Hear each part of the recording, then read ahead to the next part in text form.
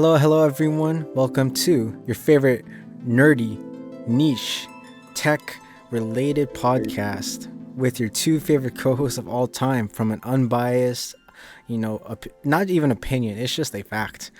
Yeah. We're your two favorite co hosts, and I speak for the entire audio listeners. I'm Joseph, as usual, and to the other side of the screen, we have another, amazing nerd, not in a bad way, but in a Not in good a bad way. way. Yeah. Well, hello guys. My name is Luis, another nerd of you guys. I'm glad you guys are joining in to get a little bit of what we actually like in gaming. Yeah, for sure. And me and Joseph bond really well in it, and I feel like we know enough to share to you guys. Yep. Um, Luis, really quick, before we give away, Mm. I guess if you were to describe this series indirectly, without explicitly mentioning the name Oh, or the characters,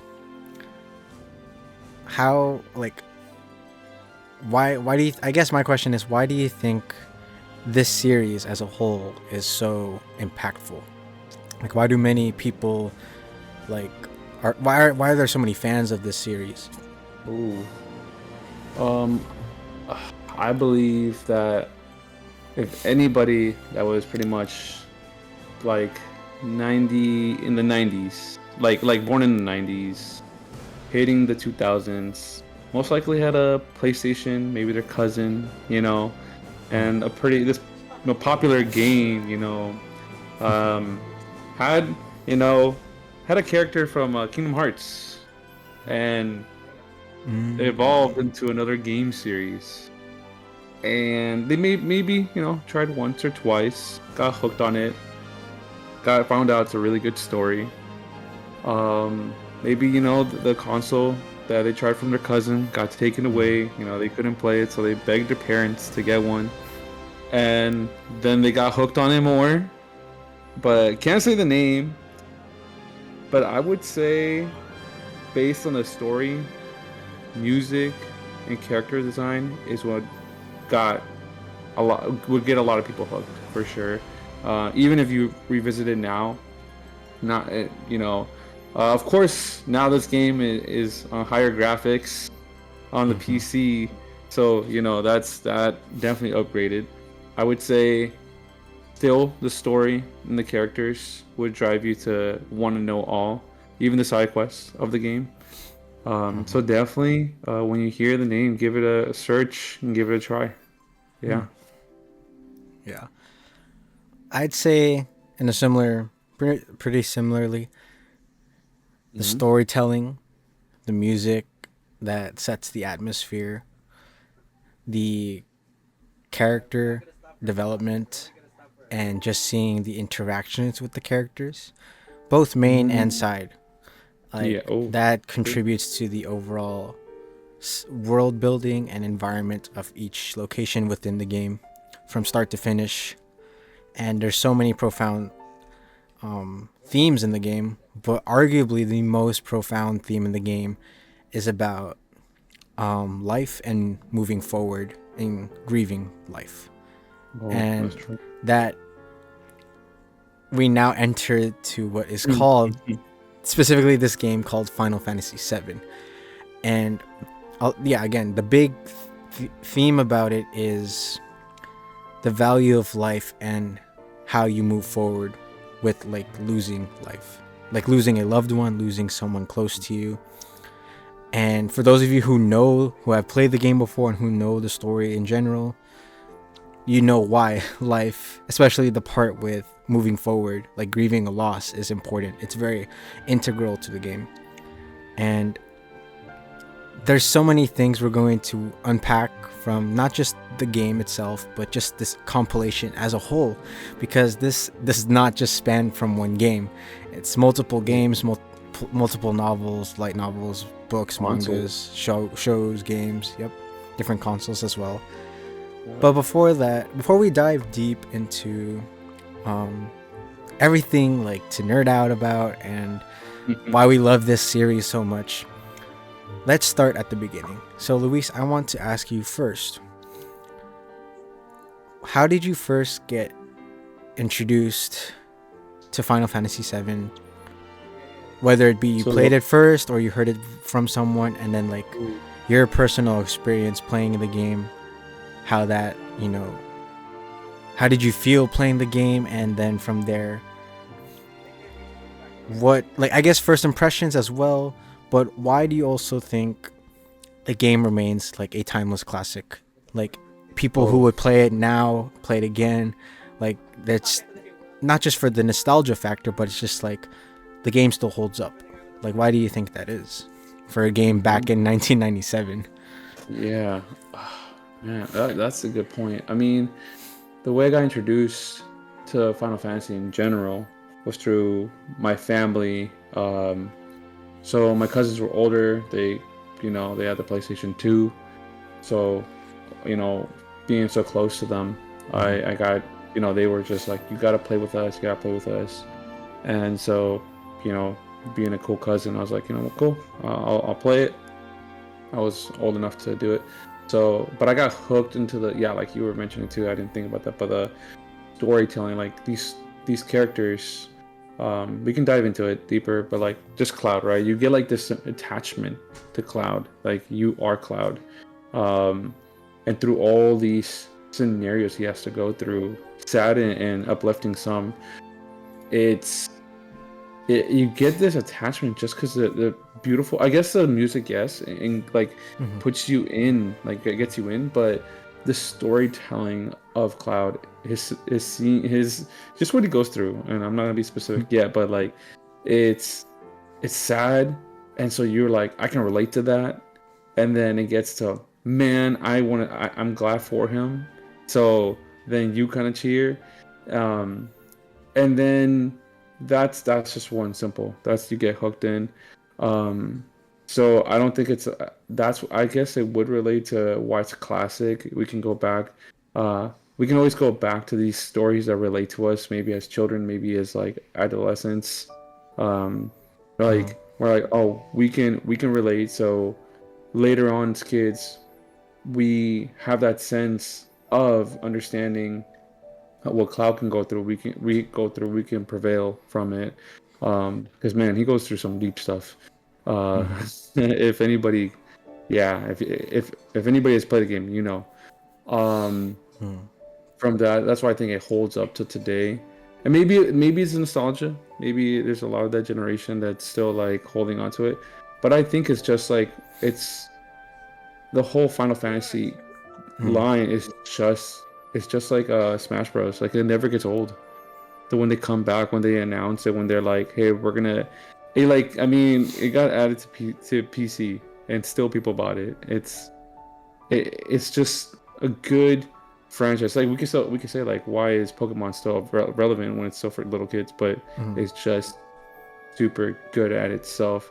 Um, so it's, I would say that's, man, it's hard, but I feel like coming from somebody that already played it, it's just my nostalgia speaking there. Um, but yeah, through cousins, I got into it.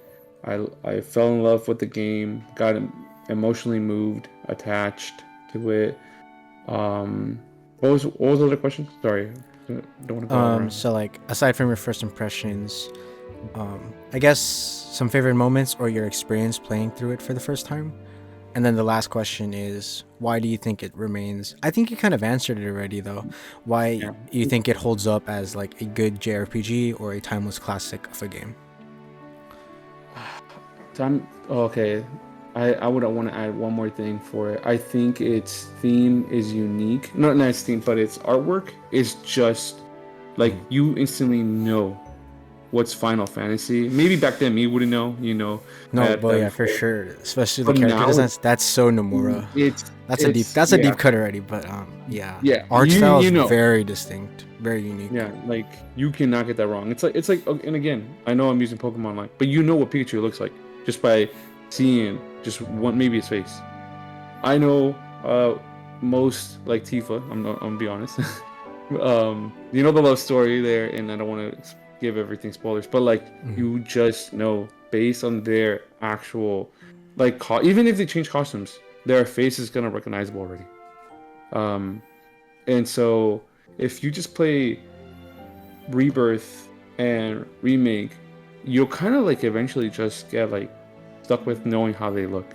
And so that that like the whole Final Fantasy like theme has just its own thing, and it's so memorable. It's so memorable. Oh, I can't even say that word. You can just memorize it pretty much just by how they are, and it's stuck. It's stuck, and I would recommend it to anybody. Like, just give it a go if you've been on the fence, because it's definitely worth it. Yeah, and you'll be stunned how it is, for sure. Sorry, I don't want to take yours because you want to also put in Joseph, and I want to hear your end too. Yeah. Before I go, I just want to, if you, I want to give you the opportunity still to, if you, because I think you answered the question, but at least just to run it through with you, like Right. you know, one of them was favorite moments from your playing the game. If you have answered it already, you don't need to re-answer it, I guess. But I guess just Mm-hmm. to formally run it through with you in case I missed it, or in case of the Um. audio listeners missed it. Oh, sorry. Favorite moments. Oh, from both game, just for any game or It one can of be any game. each. Doesn't have to necessarily be the original. Rebirth. I know everybody has, like, I was confused, and I know Joseph. I know you're not confused, but like it's left with a lot of questions. For sure. Mm. That I'm just saying the ending is one of those where I like that it kept me wondering Oh, if that. interesting. Okay. Yeah, I like many people I've seen are mad. They're like, so what now? So to them it's a bad ending, but for me, I like that I was wondering, like, okay, what? There's so many openings. So yeah, some people don't like bad cliffhangers, but for me in this one, it got me excited because they left it open to any possibilities for Cloud. Any characters that I'm not even say that maybe die, come back. Other than that, so I liked it. It left it so open for me. So I'm like, actually was excited as heck. But I didn't know the community was more like, man, this is confusing. It sucks. I was like, oh, okay. So just warning ahead for that installment. You might feel confused, but I would say just keep it up. Just be aware of it, if anything. But it's not a bad ending. I think it left me with more. Like, I felt like I should have. I overpaid the game. If anything, not overpaid. Underpaid. Sorry, underpaid, and I should have overpaid. That's what I mean. So yeah, good content for the. I mean, what, 74. More than the value you get, for sure. You can kill it in a good 2 hours if you like, or like speed run it, but like, definitely definitely the ending. I don't want to give it all, but it's it's way worth. I would say that's the best ending, even though the way people felt confused. I, man, I was more like, the wonder got me excited. So yeah, I want to leave it at that. You don't want to give out too much. I feel like it'd be messed up. For I'll go sure. for it. Yeah, that's Yeah. pretty interesting. I actually kind of thought you would say something like, "Oh, maybe it was the chocobo racing in the original game, or like the chocobo breeding, or like if you go to, I don't know, like Crisis Core, More. whenever Zack says Gungaga or something, like I don't know. I was looking for some other moment, but I guess I wasn't expecting you to say specifically the ending of Rebirth, which we will go more into in this episode. But Yes. I guess that was not my first expectation of what you were going to say. I thought you were going to Oh, say oh. something else. I was like, No, okay, oh no, wow, okay, that was sorry. really interesting. No, yeah, it's just for me, one, because for me, once I found out people were like mad at it, I was like, really? I actually liked it. So for those reasons of being like left in that good, what could there be? And I mean, I guess it could be personal how I take everything, um but man, there's so many so many possibilities that I could throw out. But of course, that's not solid. So no, but it just took me off guard when people didn't like it or disliked it. I was like, oh, interesting. I want to point that out. That anybody that plays it, don't be discouraged about it and be like, oh, this game's a horrible game because they left it like that. I'm like, no. So no. More memorable ones. Not impactful enough. I mean, they are impactful, yes, but they were all answered eventually. I want to leave it to the currently, and yeah, there's. I might come back. I might bring it back. I don't want to interrupt you, but like in a bit, I'll just mention. For sure. Appreciate it, Luis. Yeah, I'd say. Well, in a way, it's similar, but mine is still different in another sense too. Because for me, I was born after the game came out, and so I grew up with already I wouldn't want to say cult following, but rather like how well known the franchise was. Not just Final Fantasy, but specifically 7, and how it was also developing itself with more entries in the series. So when I got to the point where I was able to like cognitively like understand and recognize what I liked just in general, it was probably when I was in my early teens era. So that was probably like what 20 post 2010. So like probably near like 2012-ish, around that 2012 to 2016, around that era, those years is when I started to look into the games. And really what introduced me first to Final Fantasy VII, aside from just being in the time where it's already well known and established and like how people love it so much, is Kingdom Hearts. Because I did not know, well, aside from just the names Cloud and Sephiroth, I really didn't know who they were beyond their names. But I did like their designs in Kingdom Hearts 1 and in Kingdom Hearts 2. Kingdom Hearts 2, I remember I forget, I think before the final boss fight in Hollow Bastion or something like that, where I don't remember anymore if it was optional or not, but I think it's optional, where you fight Sephiroth. And I just remember doing that, and I was like, why is the music changing? I don't even know who this guy is, but this guy's really hard. So basically, long story short, after playing that game, I was like, okay, I'll give Final Fantasy VII a shot, right? Let me see, for myself, aside from watching other YouTubers say good things about it and hearing Reddit, reading Reddit threads and fan forums, like hearing the people say, it's a really, it's a timeless classic, like you can't go wrong with it. So I'm like, okay, let me see it for myself. I eventually play it, and for transparency's sake, I played on my PC. I won't share any more details, but I played on my PC, and or rather laptop. I didn't even have this build back then, but I did use it on my laptop, and it was a really old laptop, I'll just say that. But I played it, and I fell in love with the game after spoiler alert, the plate fell on Sector 7. That's what made me hooked for the long ride for this like this overwhelming game of Final Fantasy VII. And I was just so hooked, within like a couple of hours, you already lose some of the party, like some characters. And I was like, well, hold on. I was starting to love them. Now they're gone? What do you mean? And then I realized from there, I already have like a connection to the characters. And then this builds up eventually later on. And I guess that's one of the pivotal moments for me during my first playthrough. The Sector 7 plate falling. And it made me realize, like, whoa, this game is going places I didn't think it would, even if I knew what it was in the general scope.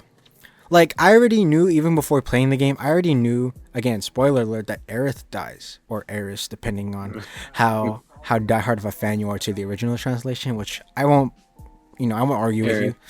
But yeah, I already knew beforehand she's going to die. Like, she's dead. Her death is pivotal, and it plays a big role in the game for sure. But I didn't know any other deaths until I got to the Sector 7 plate fall, and I was like, oh, so we lose other characters too.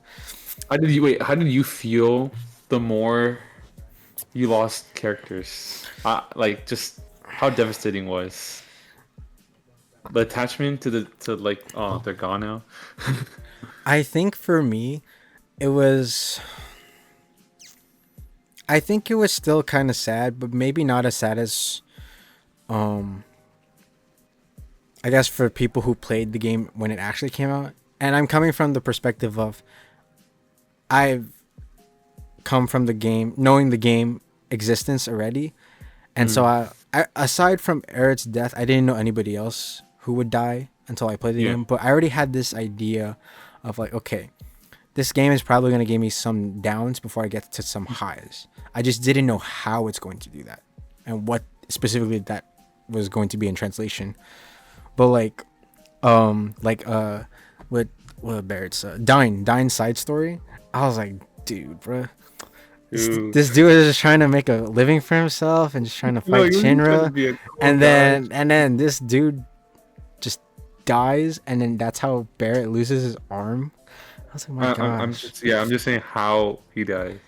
Just saying it's like why didn't deserve it, I know, but it's just like, but there's something in the storytelling from Square Enix especially it's good. where it just hooks. I mean, coming Yeah. from their games before 7 where you have Chrono Trigger. I mean, I love Chrono Trigger as well. It's a great game. But yeah, you had before that Final Fantasy VI and Final Fantasy V, and those games were grand. Although 7 really hit it home because it was like, aside from the graphical leap, like it was the first game where like I would say internationally, it solidified Square Enix as like a storytelling competitor in the gaming scene. Mm-hmm. Yep. And so going back to like I guess my first impressions of the game, so like fast forward all the way to the end, I felt satisfied because I understood that this whole theme of the game is about life, which I've mentioned before, and how you one way or the other have to move forward because you can't. It teaches a lot of things also philosophically in real life, but also in the context of the game. Like, dude, you're the hero. If you don't do anything, you're like the fate of the world's in your hands, dude. Like, you have to move on, and it's so impactful. Where when you finally beat Sephiroth and you see that cinematic where you get the menu option to do Omni Slash, it's like yes, like yes. It's so there is so much that like gets released, and you're like, you can take the biggest like deep breath and like relaxation of like, finally it's over. But then that kind of sets into where you realize it's over. There's nothing else to experience within that game. I mean, aside from post content game, like you realize the ride's over. And I was like, man, this game was. I understood at that point. I understood why the game was good for what it is, and like why people love it so much, and why also people would theorize so much about like, oh, what does this mean? What does that mean? Translation errors, coincidence? I think not, and like other things, right? But yeah, I realized how monumental and big the game is, and what it meant to other people. So that's like my first impression, and I guess to answer that last part of the question, where why I think it's so significant, because it takes this grand story and brings it to a humanizing level for us to understand as the players. Where like, yes, on paper, Soldier, mentally messed up, goes with Party to fight Sephiroth, who is probably giving Cloud dementia or something. Like, on paper, you're like, how does that work? It's like so fantastical, no pun intended, so fantastical and like grand. You're like, how does this work? How do you get to a satisfying conclusion? And how do you get the players hooked? It's through the characters. That character arc and that character development builds to the storytelling, and that is also accompanied with the music in each environment. Like, man, Cosmo Canyon's music go hard, and then you have Sector 7 Midgar music. I love that, especially I think the Rotting Pizza, where you just go da da da da da da. I cannot swear how many times I've heard that on loop, but I was like, it's so unique, and I'm just like, it really is a great game in all facets. Of course, it's not perfect. Everybody has like issues with any game, and I'm like, that's a given. No game is going to be 100% perfect. But in my eyes, it's perfect in the sense of you hit all the right notes, and like overall, like it is a rank S game. Even if it like let's say here it's probably A tier and here is probably B tier, like overall, No, you're not going yeah. to walk away leaving and thinking like I don't It's, get this. Well, maybe you might not get some things, but it's more of like this was a bad game. yeah, no, Is what yeah, I'm trying to but say. yeah, I see some parts, but if you like, it's like a 9.5 out of 10. Yeah, Let's say you're like, gonna okay, walk there might away. be You're one. gonna walk away like you can't say this was a bad game. I don't No, think yeah, there's no, any yeah, way where you can say it's a bad game. yeah. I can agree with anybody saying this was a bad part. Yeah, Okay, cool. But if you say okay, but overall, yeah. you cannot Because tell me it's a bad. because objectively, I don't think anybody can walk away saying it's a bad game. But I can understand Mhm. subjectively if like it's a bad game because it just didn't hit the marks for you, or it's just not your, your palate. That's totally understandable. If you're coming from the subjective point of view, understandable. Not everybody's gonna like JRPGs. Not everybody's gonna like party games, online games. Everybody Yeah, likes different types of games. something, yeah, Reasonable. something will. So I can Yeah. agree with that. Like, oh, I don't. This is not a good game for me subjectively. That's totally fine. I don't think anyone's going to walk away with saying this game was bad objectively. That's what I mean Yeah. by I don't. I'm reinforcing the statement essentially. I don't No, no, think no, no. I there's a get it. objective reason overall to say like this is not a good game. I think everybody can, from movies to games to any media, you could say, hey, maybe this part wasn't as best, but Yeah, this is, but you can still make it a 10 out of 10 because like overall, like yeah, 98% got me hooked. Like, man, when you enter any boss, that music you get from, wait, it was so cheerful. Why am I already going to scared? Because I'm just saying this to anybody that is going to try it, knows about it, you know, you're kind of like, oh dang, I'm gonna get into something really bad right now. Get hmm ready when it comes to from cheerful music to okay, I'm about to hmm have to beat somebody up, or either I should be worried what's gonna happen hmm because I'm just saying I love those transitions. I know you probably did too, but the music, I know some people get again we could say hey this wasn't like to the theme, but good transitions, mm good use of the music when certain scenarios popped. Um, I gotta point that out too. Maybe the mm music, people don't like, but then you can't complain about the gameplay. It was really good. mm Yeah, for so sure. that too. With that, Luis, I want to ask this Yeah. question, and this is a segue to this, I guess, our second pillar for this episode. Because the Mm, first pillar is introduction, how we got introduced to this game, the series, and like its significance, why people love it, and why we think that is, and kind of giving this overall picture, and in a friendly way too, gamer friendly as well, because like sometimes you get people hooked into a series and like, whoa, you get to know this, and you have to know this. Like, no, yeah, we no, don't we're not want we enforcing don't that. want to We don't force want that, guys. that down, you to digest. Like, nah, like we want to give the good impression of this game is huge, but like it is worth getting into, as you mentioned too, Yeah. Luis. Like it's worth paying for, and like it's worth experiencing, worth the time, because I mean some people are turned off by JRPGs because of how long they take.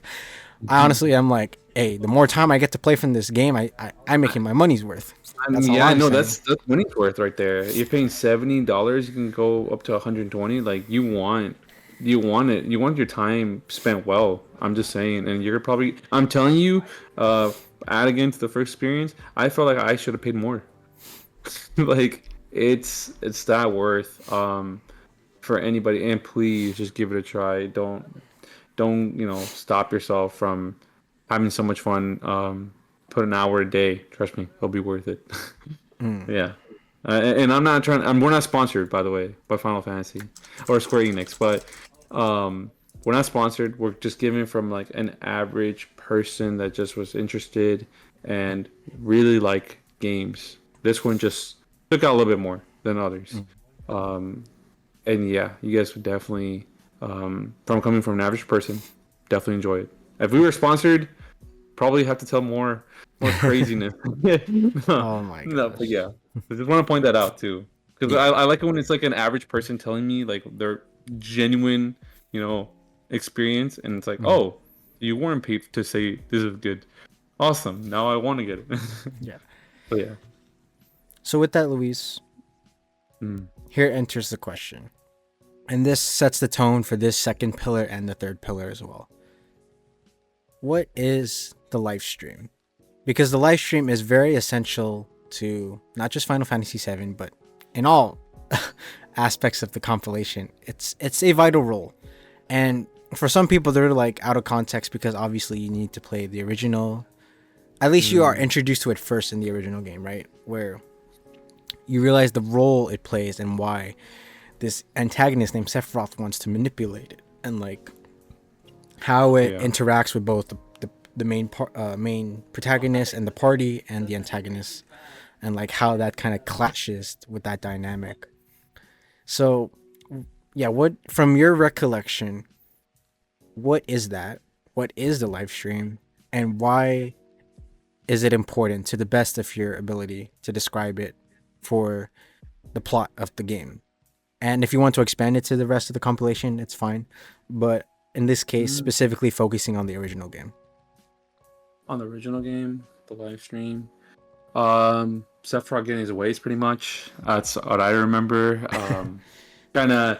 I mean, when I first started, it's like, why are you telling me through Cloud? What am I doing? And we're like, where are you? But obviously, being the conscious, he's trying to get his story through Cloud, and not Cloud realizing he's being used. Affecting Cloud's like lifestyle, thinking, is combat sometimes. Because well, I can't say that, but like he immerses sometimes, making it look like he has some form of mental illness. But I personally think it's literally Sephiroth, like as a manipulating through story. I mean, the first one, the story, and the outcome comes out to be everybody's affected. So the villain, so pretty well, kind of given, but the villain wants his way played out, and pretty much the puppet is you. And yes, you mean good, and I'm putting as the player us. We do mean good, but at the same time, we're being shaped to do his bidding. Um, and yes, the outcome still can be good, but uh, for the after game, now that we have all the games so far from the original, you can end up still trying to be doing good, but not knowing that you are actually harming. Uh, and we're not saying you're just a horrible bad guy purposely. No, that's the whole purpose. You are meant to do bad, even when you're thinking you're doing good. And this is why it leads to some debts that you get to see later on. And later, I you after you play after game, but the starting first, you don't know why. You're left with that. Okay, I really like this person, and they die that fast within the couple. I would say like at least hour. So that's where like dang, like the attachment right away. Um, but Cloud is going through life no matter what. Well, he has kind of no option, but like at the same time, he's still going the resilience. But Cloud being in the no, not Cloud, sorry, Sephiroth being kind of in the cloud, kind of being outside, even though you don't get to see him 100% all the time. You get that. It's kind of cool too because you kind of build who he is at first. You don't know who he is. You just know how he sounds. You know what he does. This is like first right away. No, not obviously after we find out, but that's kind of like the summary, a little bit of the summary for the first. Just you are a puppet, pretty much trying to do good consciously, but in the end, you really are just still gonna do bad, regardless of what the outcome is. How much you think you're doing good for the world, but resiliently wise as a hero, you are painted as a hero. Yes, in the game Yeah. you are celebrated as a hero, but unfortunately, you're doing harm sometimes. Which sometimes, of course, not all the time. You're doing some good, but some good can lead to some deaths that we see. For the first one, I gotta say that's kind of like a little summary, but not going crazy deeper because I want to give you a chance too on that. I want to see your perspective, but that's what I recollect from the first one, as clear as I can too. Yeah, to help paint it better for those listening, I'll give a brief summary of the original game. Hopefully, it would kind of give you a broader picture from start to end, like why this specific term live stream like is even like it exists, and like how it is involved throughout the game and the story. Because also when you play it for the first time, you're like, what is it? It's like very mysterious, very ominous, and that's part of the. It's an intentional storytelling choice for a good reason. But yeah, here's the brief summary of Final Fantasy VII, which again released in 1997. And if you'll know it because it's like those 3D polygon blocks, and Cloud has such spiky hair, and like he looks like a Lego essentially. He looks like a Lego. So the original game follows the main protagonist and the character you play, mainly Cloud Strife. You'll know him for the huge Buster Sword and the blonde spiky hair. You've probably seen him before, whether you are a gamer or not. Yeah, literally this dude right here. This dude right here. Look, that's a self-portrait of Joseph right here. Oh yeah, that's me. On a good day. Me on a good day. You on a good day. It's once in every blue moon. Anyway, so we follow Cloud Strife, and he is a former soldier who turned into a mercenary, and then he runs into this eco-terrorist group called Avalanche, like a snow avalanche, no other different spelling or whatever. So they join. He runs into them and he joins them to battle this oppressive mega corporation called Shinra, which Shinra, their philosophy is to use the planet's energy called Mako and basically tamper with the life stream, basically the flow of the planet, for their means, and basically to relate it to the modern day, like to see it in real world applications, basically nuclear energy. That's actually where Mako drew inspiration from when Square Enix was coming up with the idea. It's pretty much with nuclear waste, nuclear energy, nuclear management. That's the idea.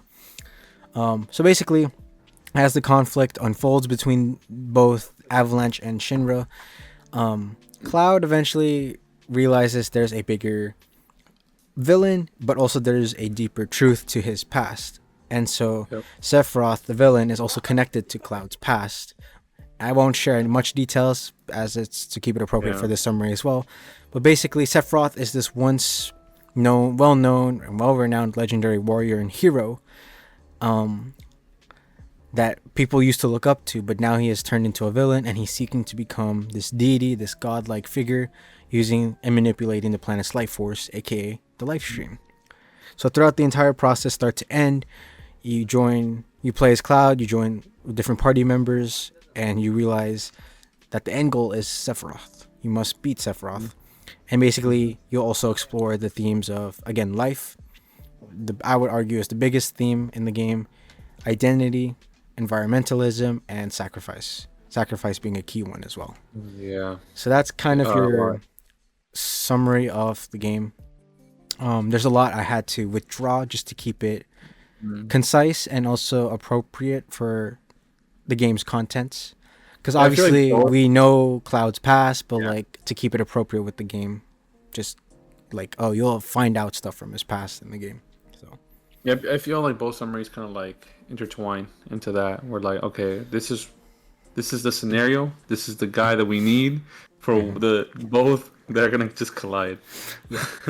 So really quickly, just to like give a little bit more definition and understanding of the live stream, aside from the few descriptions of like, it's the planet's energy, life force, stuff like that, at least to understand it a bit more for the audio listeners, and maybe to refresh your mind, Luis, because I'm gonna be honest, when I was putting this together, I'm like, I kind of forgot some things, so I was like, I got you.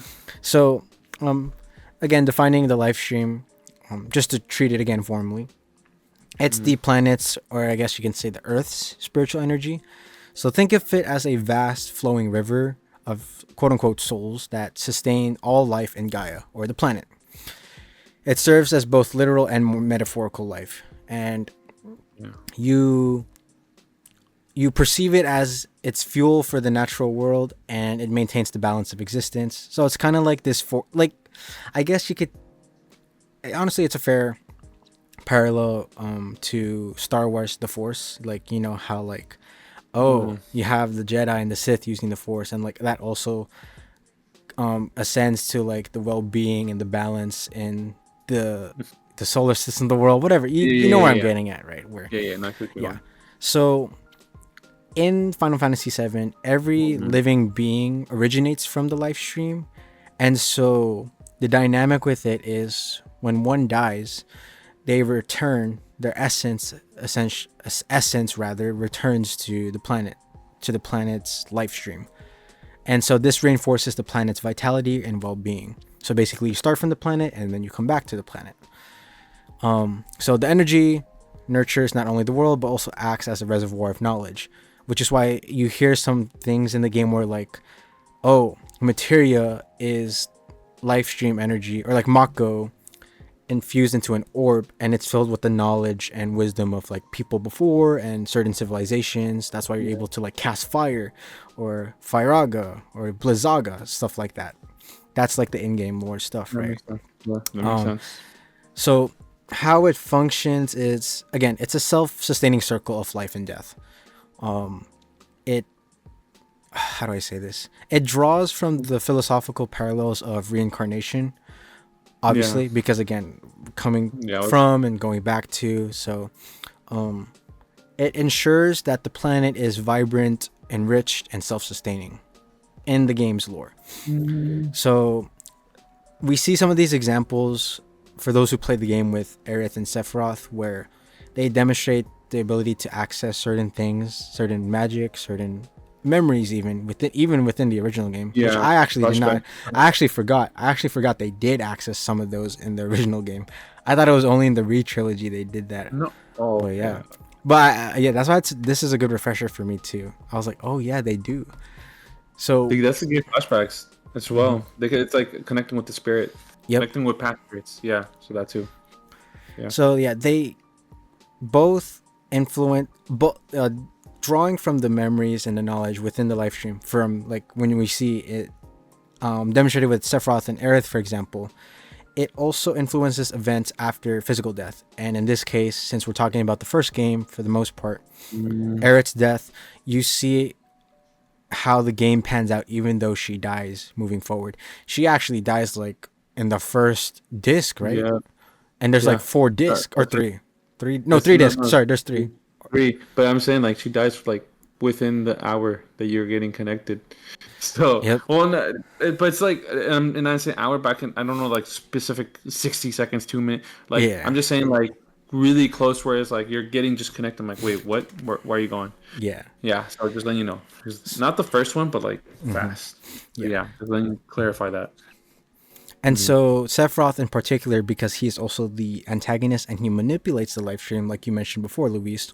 It's again to become this, for aside from his devious like intentions, he's seeking to merge with the life stream itself and basically become all godhood, like deity being. Which is why he wants to also make the world quote unquote reborn, which is it ties in with this whole come from, go back to, like he wants to remake. It's kind of interesting actually how his intentions were in the first game too, but that's the reason why Meteor is summoned in the first place. He wants to wipe, kind of like Thanos, but like cooler, I guess. Instead of wiping out half the population, Sephiroth just doesn't like, I'm just gonna nuke you guys with a meteor. He wants to be the ruler with pretty much everybody under control with him. So like Thanos. Fair. Not a snap, but different. So I mentioned before, like philosophical inspiration from reincarnation, and also there's similarities with the Force from Star Wars. The concept of the life stream also resembles the Gaia hypothesis, which just proposes that Earth functions as a living organism. It maintains conditions necessary for life. It's self-sustaining. So a lot of those, like just from those three inspirations, it contributes to the depth, the mysterious and ominous feeling of the life stream. Like you don't know, like is it in our favor, against our favor? Because it can be against your favor too. Because with when I just mentioned Sephiroth can manipulate it, so it's like it can be manipulated. It's just a neutral like flow of the planet's energy, and so that's why it becomes so intricate and integral in the story of Final Fantasy VII, the original game, because you realize what's at stake with Sephiroth being the angle. He wants to use Meteor to destroy the planet, and the party, Cloud and the rest of the party, are the ones trying to prevent that from happening with the help of Aerith. Yeah. With the live stream. So really like interesting, like interconnected it things. Used, like you're saying neutral, but I feel like it could be malused. You know, like anybody can. Like obviously, we got a crazy man here. That's why. Yeah, that's why I think of it as like money, where the money is neutral. It's whoever uses it that determines fair. Is it good, is it bad? Because without any tampering, the live stream would just continue as is, right?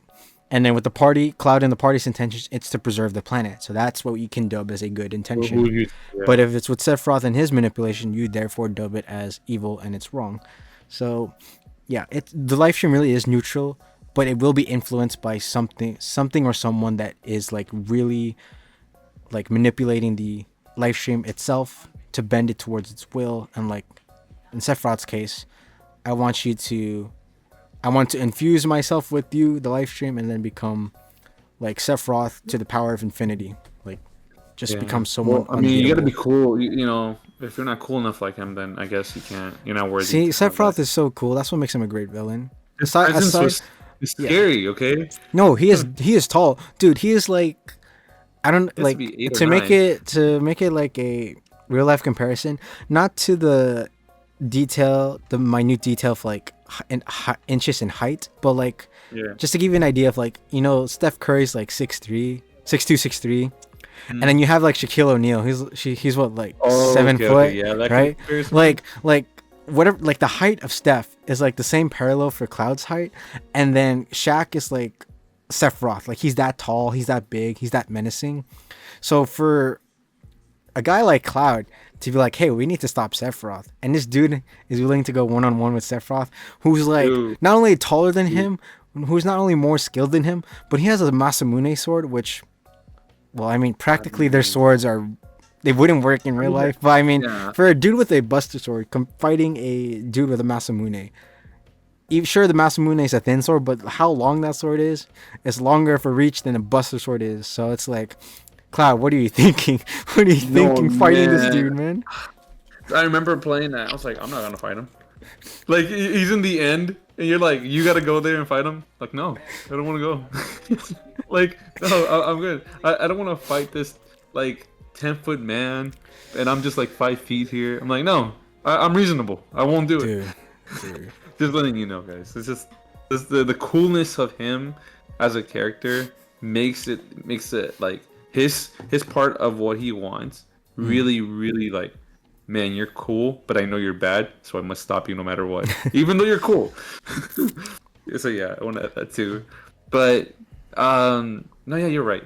That's true. It's whoever wields that power, or right there, or their intentions could make it good or bad. Like money. Yeah, you're right. Yeah, it's comparison too.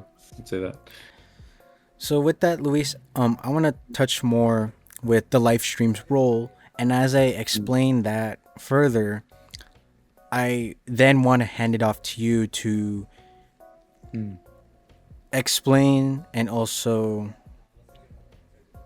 portray, I guess describe, both Sephiroth, like the dynamic of Sephiroth and Aerith.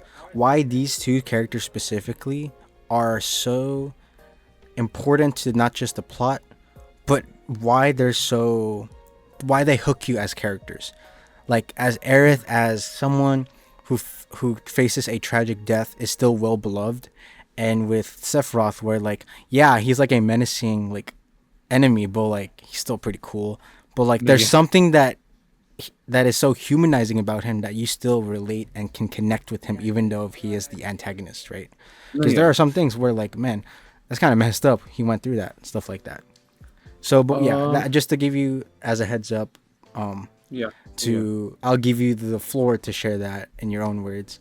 But on the rolling off of the tangent of going off of describing what the live stream is, now I just want to take the time to further explain its role in more detail, and with specifically with Genova, because Genova is also important. You Oh, can't forget about Genova. That's also part of Sephiroth's plan. So that's I yeah. do want to make sure I don't forget that because that's important, and that will also give you more to work with Sephiroth's part as well, Yeah. into why he was this good guy before, and suddenly he wants to like rule the Yeah, world and sure. like wipe everyone out. But yeah. So now going more into the live stream's role, specifically in the story of Final Fantasy VII, we enter this extraterrestrial life form being called Genova. And it, before the events of 7, basically like thousands of years ago, it crash landed as a meteorite on Gaia, basically the planet. And unlike, what's interesting about Genova is that unlike native souls, or basically the lives that integrate into the life stream after death, Genova's essence is invasive, it's corrupting, and it's it's jarring. And you mentioned before, Luis, how Cloud gets this kind of like paranoia, or like this kind of like, oh, It's I'm getting gaslit. Like, what's happening? Like, why am Yeah, I? he's What's aware. happening? He's What's aware. happening? Yeah, right. So this is Yeah. where Genova gets into the picture, because Sephiroth also uses Genova, and so Genova is basically this thing that disrupts the planet's cycle and the flow, because it doesn't naturally return to the planet's cycle of like you emerge from it in life and then you come back to it from death. So it spreads like a virus instead, and it disrupts the harmony and the unity of the live stream, the flow. True. And how that infection kind of spreads is the cells of Genova manipulate those infected. So it not only alters the will, but it also alters the memories. And this is how it connects to Cloud's past as well, and why Sephiroth manipulates Cloud so much. Some might say that Sephiroth's in love with Cloud, but it's like, no, Sephiroth's just using Cloud as a puppet because he's think the best target. I know. Honestly, I think we did agree that like he's like, is he loving him like or kind of manipulate? I think we agreed to that one. I Like think in the middle of the I night. think Cloud Like, is are they just a lovers or are they Cloud. actually like going Cloud is a evil? victim. You know? Cloud is a victim of domestic abuse, domestic violence.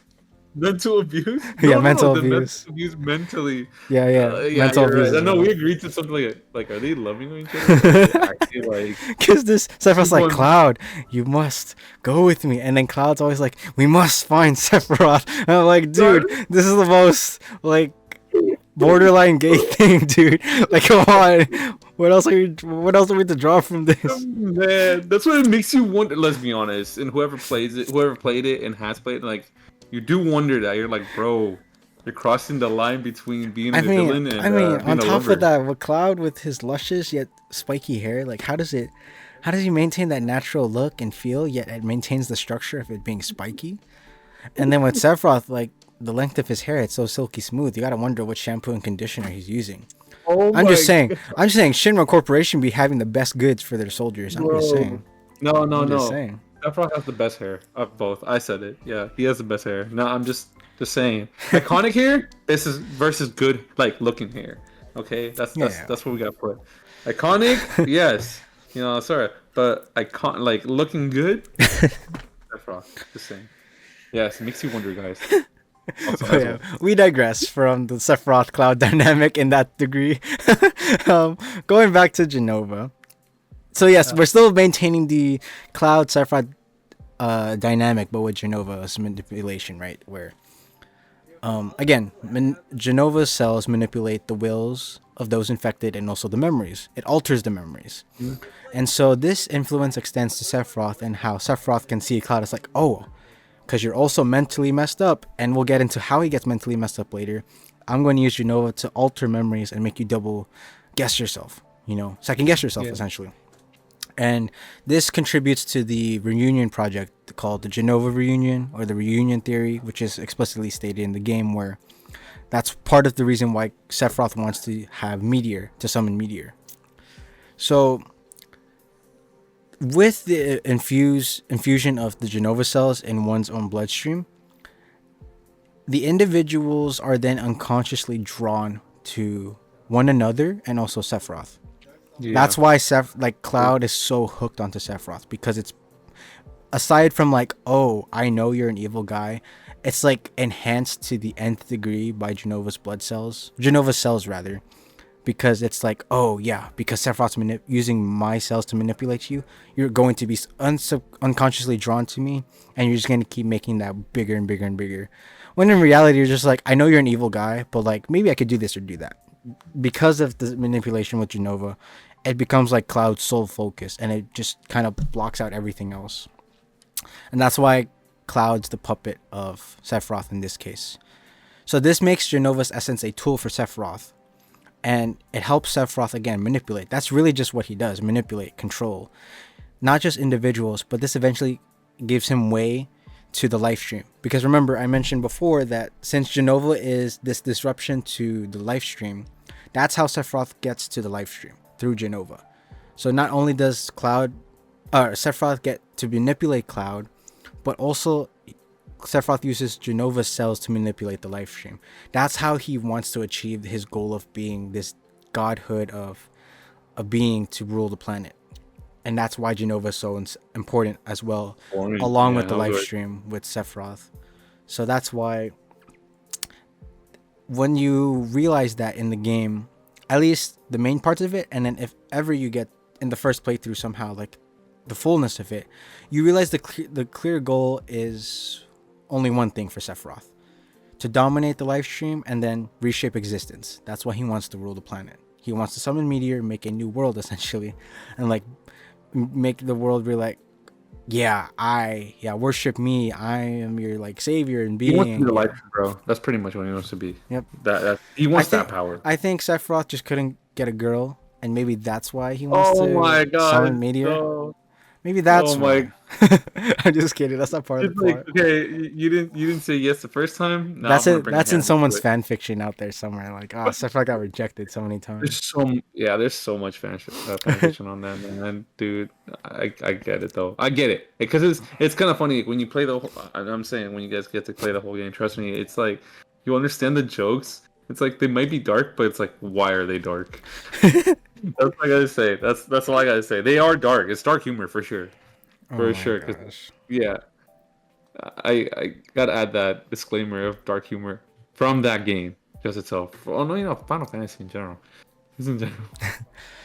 Oh my god. I mostly shared already Sephiroth's plan and role, but just to add a little bit more, this plan is crucial, because it threatens this neutral balance of life and death and just the overall peaceful flow of the planet, right?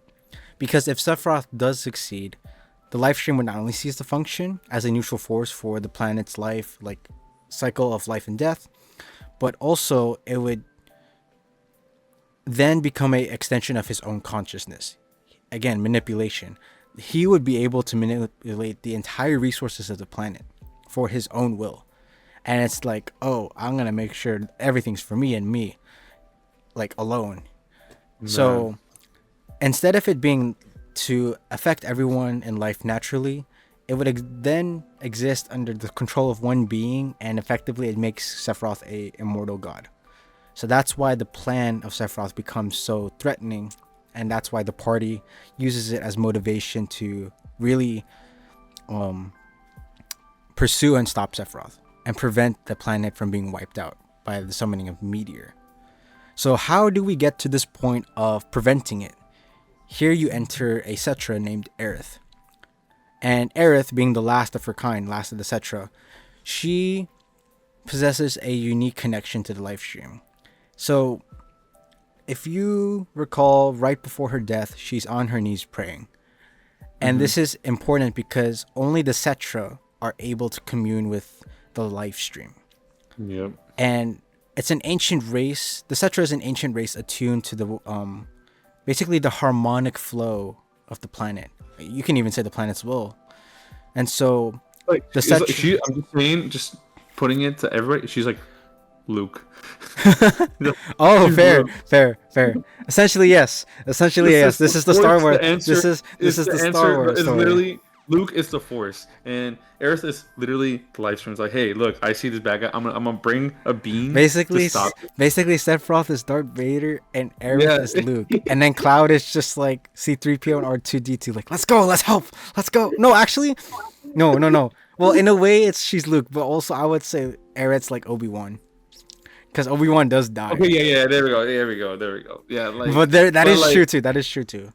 you know, I see. You see what it means? Like, only because of the Force is possible. Okay, I wonder. You know. You know what? So I'm just saying, man. I'm just. It's like it could Obi-Wan. Honestly, that duet too. Obi-Wan could be, you know, Cloud too. Like, okay, I have to help the Force here. You know, prevail.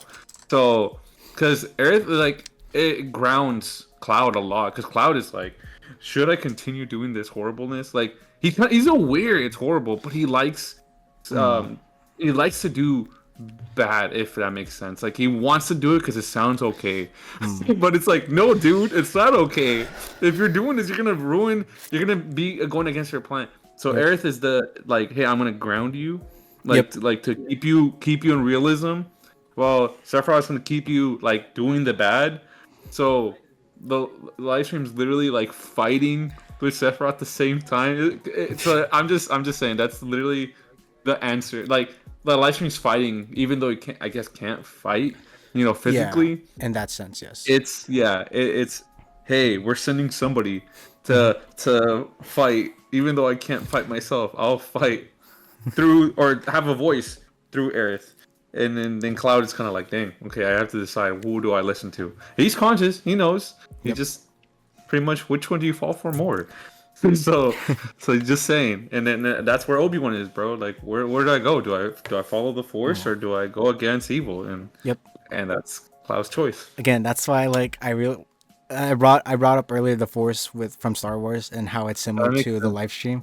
Yeah, I'm starting to realize more how similar it is to Star Wars. But I just realized something too, and I'm gonna keep it actually till the third pillar, because that contributes more to the third pillar. I'm just gonna be like, I don't want to give it away just yet, but anyway, going back to Aerith and being etc. So the Cetra, according to ancient history in the game, they were a civilization that were traditionally guided by the life stream and the flow of the life stream, and that's how they maintained balance, and that's how, up until this point, with Aerith being the last one, their civilization thrived. And the reason why, or what disrupted that, was, again, with the theme of Genova disruption. Genova got into the picture, that disrupted things, etc., etc. But basically, since this union with the Cetra and the life stream, it is something that Aerith wanted to continue, and she unconsciously did so as well. That's why right before her death, she's praying on her knees for Holy. What Holy is this ultimate planetary defense system, essentially. This is basically the response to Sephiroth's attack with Meteor. So Sephiroth wants to summon Meteor and destroy the planet. Aerith is summoning Holy to protect the planet from Meteor. So this is why both Aerith and Sephiroth are important. This dynamic is important in the live stream as a whole, in the whole picture of Final Fantasy VII. These two are crucial, because one, like, even if one has good means and one has bad means, it's still within the live stream. It's important. And so though she is killed before she can fully summon Holy, that's where this cycle of life and death, and it continues. So it still continues. Her spirit continues the act of praying for Holy through the live stream. So it activates at a crucial moment, and it actually just comes in time, right when you are fighting, like right when you beat Sephiroth. Because when the party gets to the Northern Crater and, like, basically you experience the final boss, Meteor is already being summoned. This is like this is your ride or die. Like, the party is sending it full send. Like, they're locking in. Like, hey, if we screw up, the world's over. Like, it's the end of the world. So, like, when I remember how it left off. Like, but they have this encouragement from Aerith, like, okay, things, it's going to work, but like also you need to do your part. You need to beat Sephiroth. Yeah. And so right when you beat Sephiroth at the end of the game, that's when Holy comes fully kicking in, and like you get this end, and it's like a white screen, and then all you get after is you see one of the party members, Red 13, and then some other cubs, right? And they go to this top of the mountain, and you just see Midgar old and like kind of like abandoned. But the ending is that you protected, like, you, one, beat Sephiroth, two, you protected the planet from Meteor, and three, like, everybody else is living. At least for this context at the ending of the game, everybody lives. Yeah, for yeah, I don't want to say that. So the last thing I want to share is that even after death, Aerith remained a constant guiding force, not just in summoning Holy, but for the party as well, especially for Cloud. Because Cloud, this from disc 2 and 3, you realize more of his past, how he suffers mentally, and Tifa's another character that comes into, like, basically snap Cloud back to reality. Like, this is actually you, and like, dude, you, like, we need you to beat Sephiroth. Like, we also are helping you cope with Aerith's death, but Aerith also through the live stream helps Cloud, like, you know, it's okay. You need to beat Sephiroth. You need to do your job. Don't worry about me. I'll be here still, like, in the spiritual sense, or the sense of, like, I'm in a spirit being, and, like, I need you to help me complete this. Otherwise, it's the end of the world as we know it. So that's like Cloud's. That's like Cloud's character arc. Like, some cool merc, and then like he's like mentally ill because he's also grieving the loss of Aerith on top of being manipulated by Genova through Sephiroth. And then he gets kicked in again, like Tifa mainly, and then a little bit of Aerith. Like, hey, come on, we need you. We need you. This is the merc we need. We need the merc from the start of the game. We need this guy. Yeah. Come on. So, suffice to say, the dynamic of Sephiroth and Aerith is important because with Sephiroth, he sought to control the life stream for destruction, whereas Aerith used it to preserve life, embodying the true purpose of the life stream, which goes back to the idea of the life stream being neutral. It just depends on who wills to use it. That's true. So that's the more in-depth explanation of the role of the life stream, why it's important, and it becomes a recurring theme throughout the games and other entries in the compilation for 7. And there's so much more to say, but that's like a really good overall concise explanation of it. A good history. Yeah, a good history of the live stream and where it goes. Yeah. Now, giving you the floor, Luis, to shed more light on Sephiroth and Aerith. Like, if you want to share first, like, your first impressions of them, and then over time, how you realized their parts were more intricate and more important than you thought they were. So at first, Aerith got the impression, oh, this is just a sweet companion. Like, not as much. You can just sweet companion. I was like, it's this damsel in distress. What do I do? So I got that. I'm like, oh man, Cloud got some game. That's all I thought. Remember? Yeah, and so so I mean, now bringing like this, like, it makes me think some of the perspectives. I'm like, oh man, I did miss this, but that's the first impressions for Aerith. Like, good companion. We all get that, those games where we're like, oh, we get like like Luke to C-3PO, like, oh, just a companion, right? And then for Sephiroth, like, man, I don't want to say he's better, but like they did well with him as a villain, because right away you get the aspect, I can't beat this guy. No way am I going to be able to get him. Like, I even said, like, I remember in the boss, I'm not going to fight him.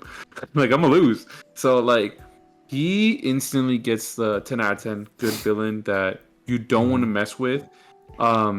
Good liar. Like, really good, because in the game, anybody that's played it, like, sometimes you're like, man, I see how Cloud is, like, falling, not falling in love, but, like, falling, like, to his traps and kind of bending to his will.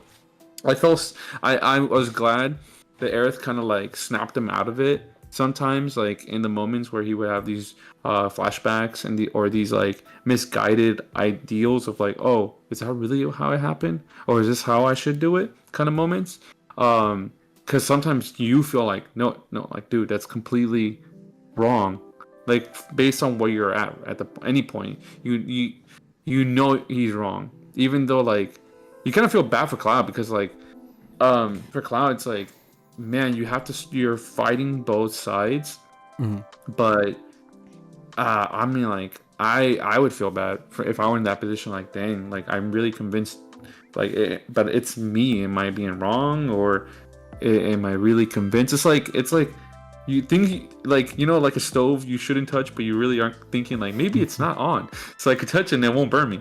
So like that mentality, Cloud gets a lot, unfortunately. So Aerith, like that's what you get. I think you get attached to, you know, Aerith real quick because it's like, oh, you're actually helping me. You're not just there to follow wherever I do.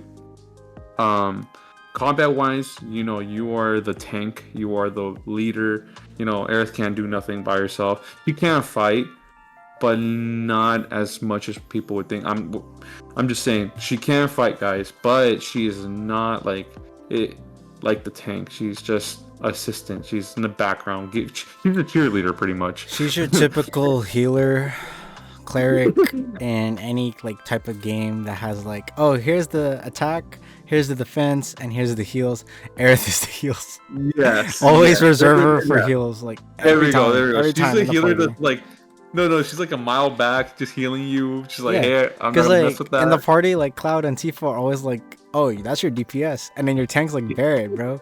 And always your heals, your support, your go-to by like no contest. It's always gonna be Aerith. Like she just has the best heals, and then you realize she dies. You're like, oh. So guys, you guys are gonna have to use a lot more Kiragas, and you're gonna have to carry me a little bit more because the best healer is gonna need to use a lot more Phoenix Downs than I plan to. No, so yeah, so like that's immediate impressions after playing a bit. Obviously, something happens to her, guys. Obviously tragic. You like get immersed with her, and then boom, oh, the best healer out.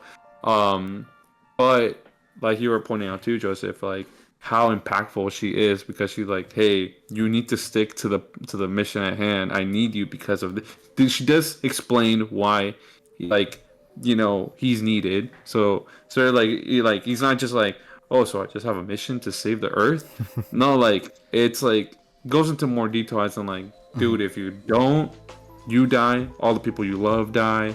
Existence, you know, doesn't exist anymore. Kind of like you know, like just how important you are. Kind of like summarizing really, but but it's an important impact there. But with Jenova, of course, we get Sethra, and that's where I'm like, I feel bad for Cloud. It's like, dang, because he convinces pretty good sometimes. I'll give that. But Sethra is just a good deceiver. Cool. I'm not lying. Like a really cool villain. Because I'm like, even sometimes like, man, that kind of sounds right. But then we get Tifa. Then we, you know, the female protagonists, guys, that we get pretty much in, like as it goes, are kind of like the anchors. Are like, hey, are you good? Don't do it. Don't. At first, Aerith is like the one like, hey, this is the mission, but the rest are like, stick to the mission because it is good. So that's what I would say. Aerith is like the main like, hey, look, if this happens, we all die. Big important mission. Everybody would find that important, but the rest is like just reminding you, hey, you know, let's keep on with that mission. Don't get distracted. But yeah, so we got the mission. I'll say that honestly, Aerith is kind of just a mission, but then the rest are kind of reminding, hey, even though they're really pretty, no, it's not that wins it. It's just more like, hey, so we're just trying to comfort you while you're, you know, your sadness, but keep on going with the good mission you have. Just let him lament, dude. He's emo right now. He's in his emo phase. He's one with his feelings right now, man. Yeah, honestly, again to the players, yeah, I would agree to that. Yeah, honestly, with his emotional moments, he does like end up emo most of the time. He's like, don't talk to me right now. I have to lament. You can't blame him though, man. Like, and then he laments so much that he becomes disabled and gets on a wheelchair. Oh my gosh. I found it funny. Just letting you know, I found it funny. When I got to that point too in the game for the first time, I'm like, this is the Dude. hero? What am I doing? Wake up, dude. Like you didn't even get a boulder crushed on you or anything. Like just wake up, dude.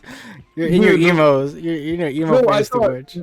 you survive a lot of fights, and this is what gets you in the wheelchair. Like, like you've gone through so much to say, oh, it's like, wow, this is the lowest you can go when you went the highest up here, and you couldn't just keep on going.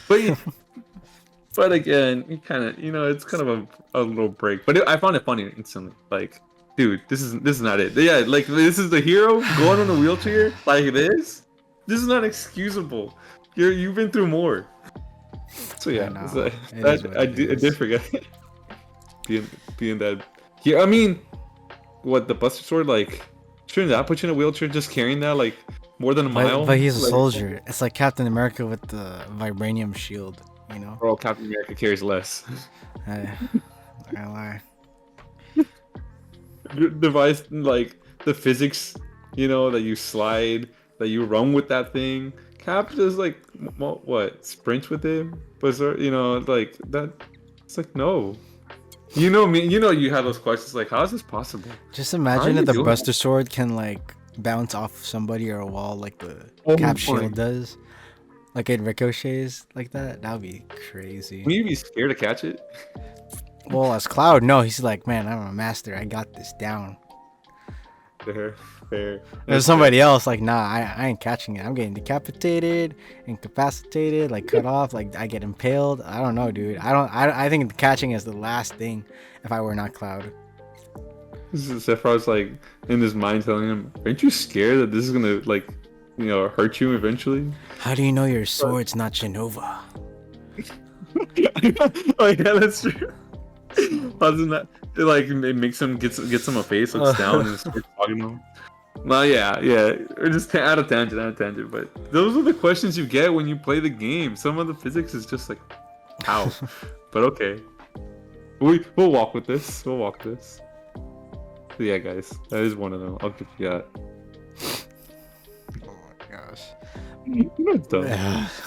I digress. But yeah, Luis, didn't mean to cut you off. You were still, well, I guess, I still believe you were in the middle of it. But if you want to continue explanation of Sephiroth and Aerith, that dynamic, their importance for the first game. No, it's I think it's simple from what I'm remembering from the first couple games, because that's what literally builds the story, gets you going like, okay, why am I here, what am I doing as Cloud, because you need a mission to like, okay, why am I just walking around the world, this vast world.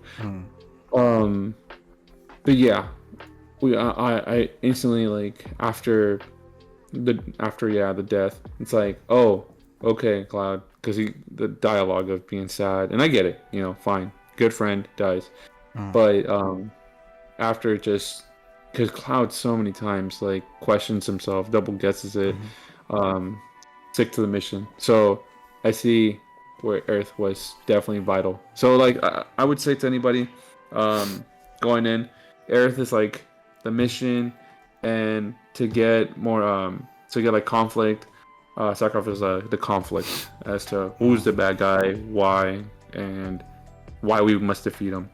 So and then the little small dialogues and flashbacks and talks kind of build up to the actual conflict. So yeah, I would add to that. Yeah.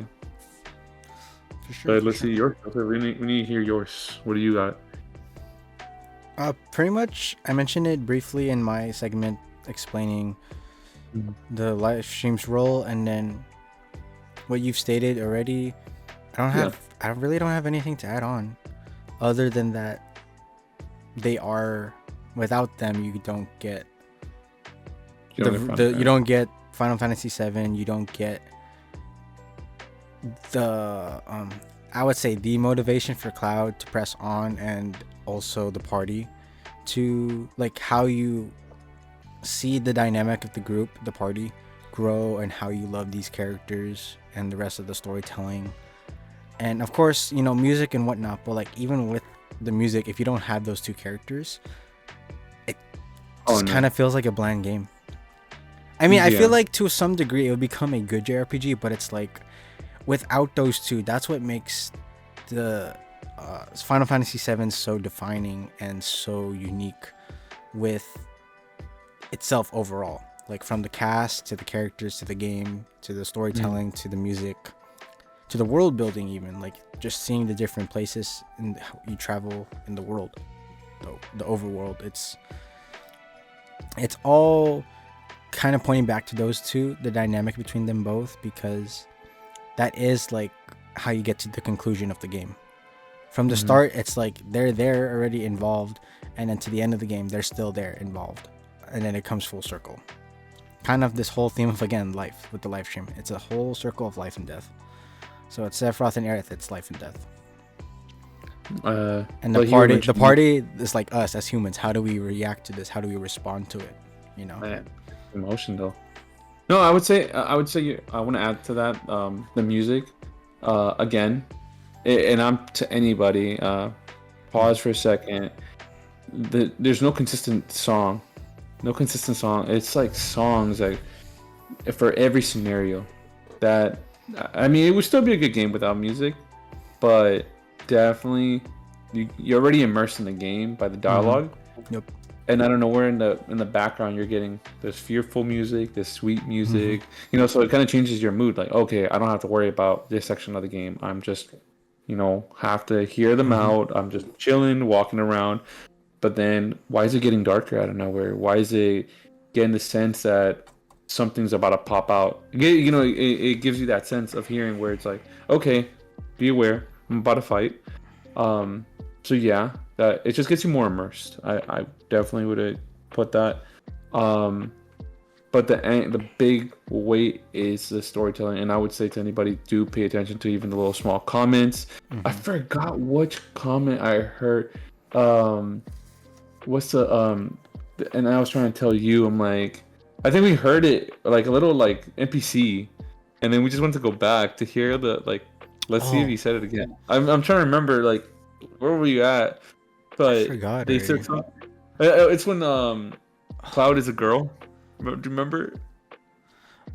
Oh yeah. Yeah, but I'm just saying like how just those little comments. I remember that line. I now remember what you're talking about. Yeah, so it's like those in the first two. I didn't know how important it was to listen to like little comments. Makes the world a little bit like, is it sad? Is it a sad world in the Midgard, or is it, you know, like, is it really dark? You know, not just the music. So I want to point out for our listeners, so like, if you're gonna get it, listen to the music, listen to the dialogue carefully. Definitely will add more immersiveness to it, and you'll get more of your value. You know, more for your buck, getting every single thing. You know. Yeah, really quickly on the music as well. Like, it sets the tone for the intimate moments, the grand moments, and when you're even traversing in the overworld, like that main theme, where it goes da da da da da da da da da, like it just gives you this overall feeling of like, man, this is us. Like we're going to cross this like world and go wherever we want. It's just so overall, it's like enjoyable. It gives you a good positive feeling, and it's like it gives you this idea of what the game is. Yeah, what the setting is, right? And it even sets up like iconic themes, like in the cities, like you know Midgar's theme with the Sector 7 plate, and then you know the rotting I think the Sector 7 slums, and then you have Cosmo Canyon with the da da da da da. I love the Cosmo Canyon theme, dude. It's so good. Oh, I know what you're talking about. I can sing it and do it in my head. I can't sing it, but like I know in my head. Like I can't sing it because I'm a horrible singer, but like I know the transitions. You can like blindfold me and tell me like, oh, okay, play this one. Like, so where are we at right now? I can tell you. Cause it's like it's theme, dude. Blue Tide team is also good. Rocket City. I love Rocket City. Like all the towns and Chocobo Farm too. Like, oh, they got themes themselves as well. And then of course it would be wrong of me to skip over, but like the character themes, you have like Aerith's theme where it's da da da da da da da, and then you have Tifa's theme where it's like, hers is so good as well. I love hers as well. It's I'm trying to recollect how Tifa's theme goes. Hold on, where it's No, I'm thinking of why am I thinking of Let the Battles Begin on piano? No, Tifa's theme. How does it go? Oh, dun dun dun dun dun dun dun dun dun. That's Tifa's theme. And then you also have, of course, what makes Sephiroth a great villain. He has one of the most iconic themes ever. It's literally once you hear the da da da da da da da da da da, and then you hear the Latin choir go. I'm like, this is truly a boss fight. That's how you know this is not just a boss fight as well. It is the final boss. Yeah. He is the boss. Sephiroth is him, and just when you think the song's over, you realize, wait, why is the cinematic going on? Then you realize second phase, go, and then the chorus kicks in again, but like it's a different rendition this time. Higher. And I'm like, my gosh. Yeah, I would say, man, like that's if it's a good bang and bug for like having that music. If like I have the audio files by themselves. I can just, it's reminiscent, like, oh my goodness, like I don't have to go like look up on YouTube, like let me hear this one, like, you know, this one boss fight. It's like I just want to hear, and I can just imagine how it is. It's that good. Like, man, it's like one of those, once you start listening to guys, trust me, it's just one of those like theme songs for every boss, every character, every fight that you just know. If you know it, you know. If you don't, you know, you don't. But like, I'm just saying, guys, it is memorable. I think that's what makes it awesome. The music makes it by itself just like a game to get. I remember you were streaming it to show one of our members, right, before in the church, and I was just like, can you stop here, just not fight? Let me listen. And then you're like, okay, I'll just stop here. And nobody like in the stream like they understand right away, but I'm like, guys, this is good. And so there's moments like that you can just stop and listen, and you're like, you enjoy it. It's man, I guess I'm just reminiscing on it too. I might just go back again, but the audio or dialogue and music, you want to pay attention. Trust me, guys, it's worth it. And you can't go wrong with hearing that menu music when you boot up the game for the first time. Oh, the prelude hits different when you are about to start your journey for the first time, when you're loading it again to continue where you left off, and then when you hear it again when you finally beat the game. Prelude hits different. It's the same song though. Yeah, it has a different meaning, to be fair. I don't want to say that, but I don't want to spoil it for that. I mean, that's still, I want to watch my spoilers. But it at first you're like, oh, good music, and then like, oh, this is why. So it changes meaning. So that's a fun thing. I would say that's honestly generally like way more thoughtful of any like game company. Like man, to have your actual theme music become part of the lore, it's like, that's cool. I'm just saying like that. I good story. Man, Square Enix is such a good storyteller. Like I would definitely want to hear just like scrap stories that they're like, you know what, this is probably not good. I just want to. I'm like, no, scrap it. Let me read it. Like, let me just see. It might be a good story itself. Maybe not like make sense of the game, but let me just see where you were gonna go. I don't know if you ever get curious like that. I'm like, don't throw that away. Let me see. Well, the man's trash. I try to keep curious because I'm like, surely it's not just over one look and it's like that's it, right? There should be more. Always there should be more.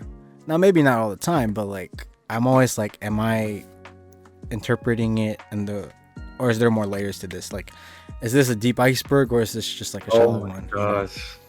So that's good. That's a good way too. I try. But yeah, before Luis, we segue to the third pillar, I want to briefly mention some other games from the compilation that are stemmed from the original and kind of point back to the original. And these are meant to be more brief, and you feel free as well to chime in on if you have any thoughts on it. But I will go across some other games and one media in the form of a movie that is tied to the compilation. So this is still relating with the live stream, but it's just now beyond the original game, of course, because 7 is a series in a whole. There's a lot to it. But yeah, so after And I'm going here not necessarily I'm not going in chronological order, but rather I'm going by release order when they actually got released, just to keep it consistent in that sense.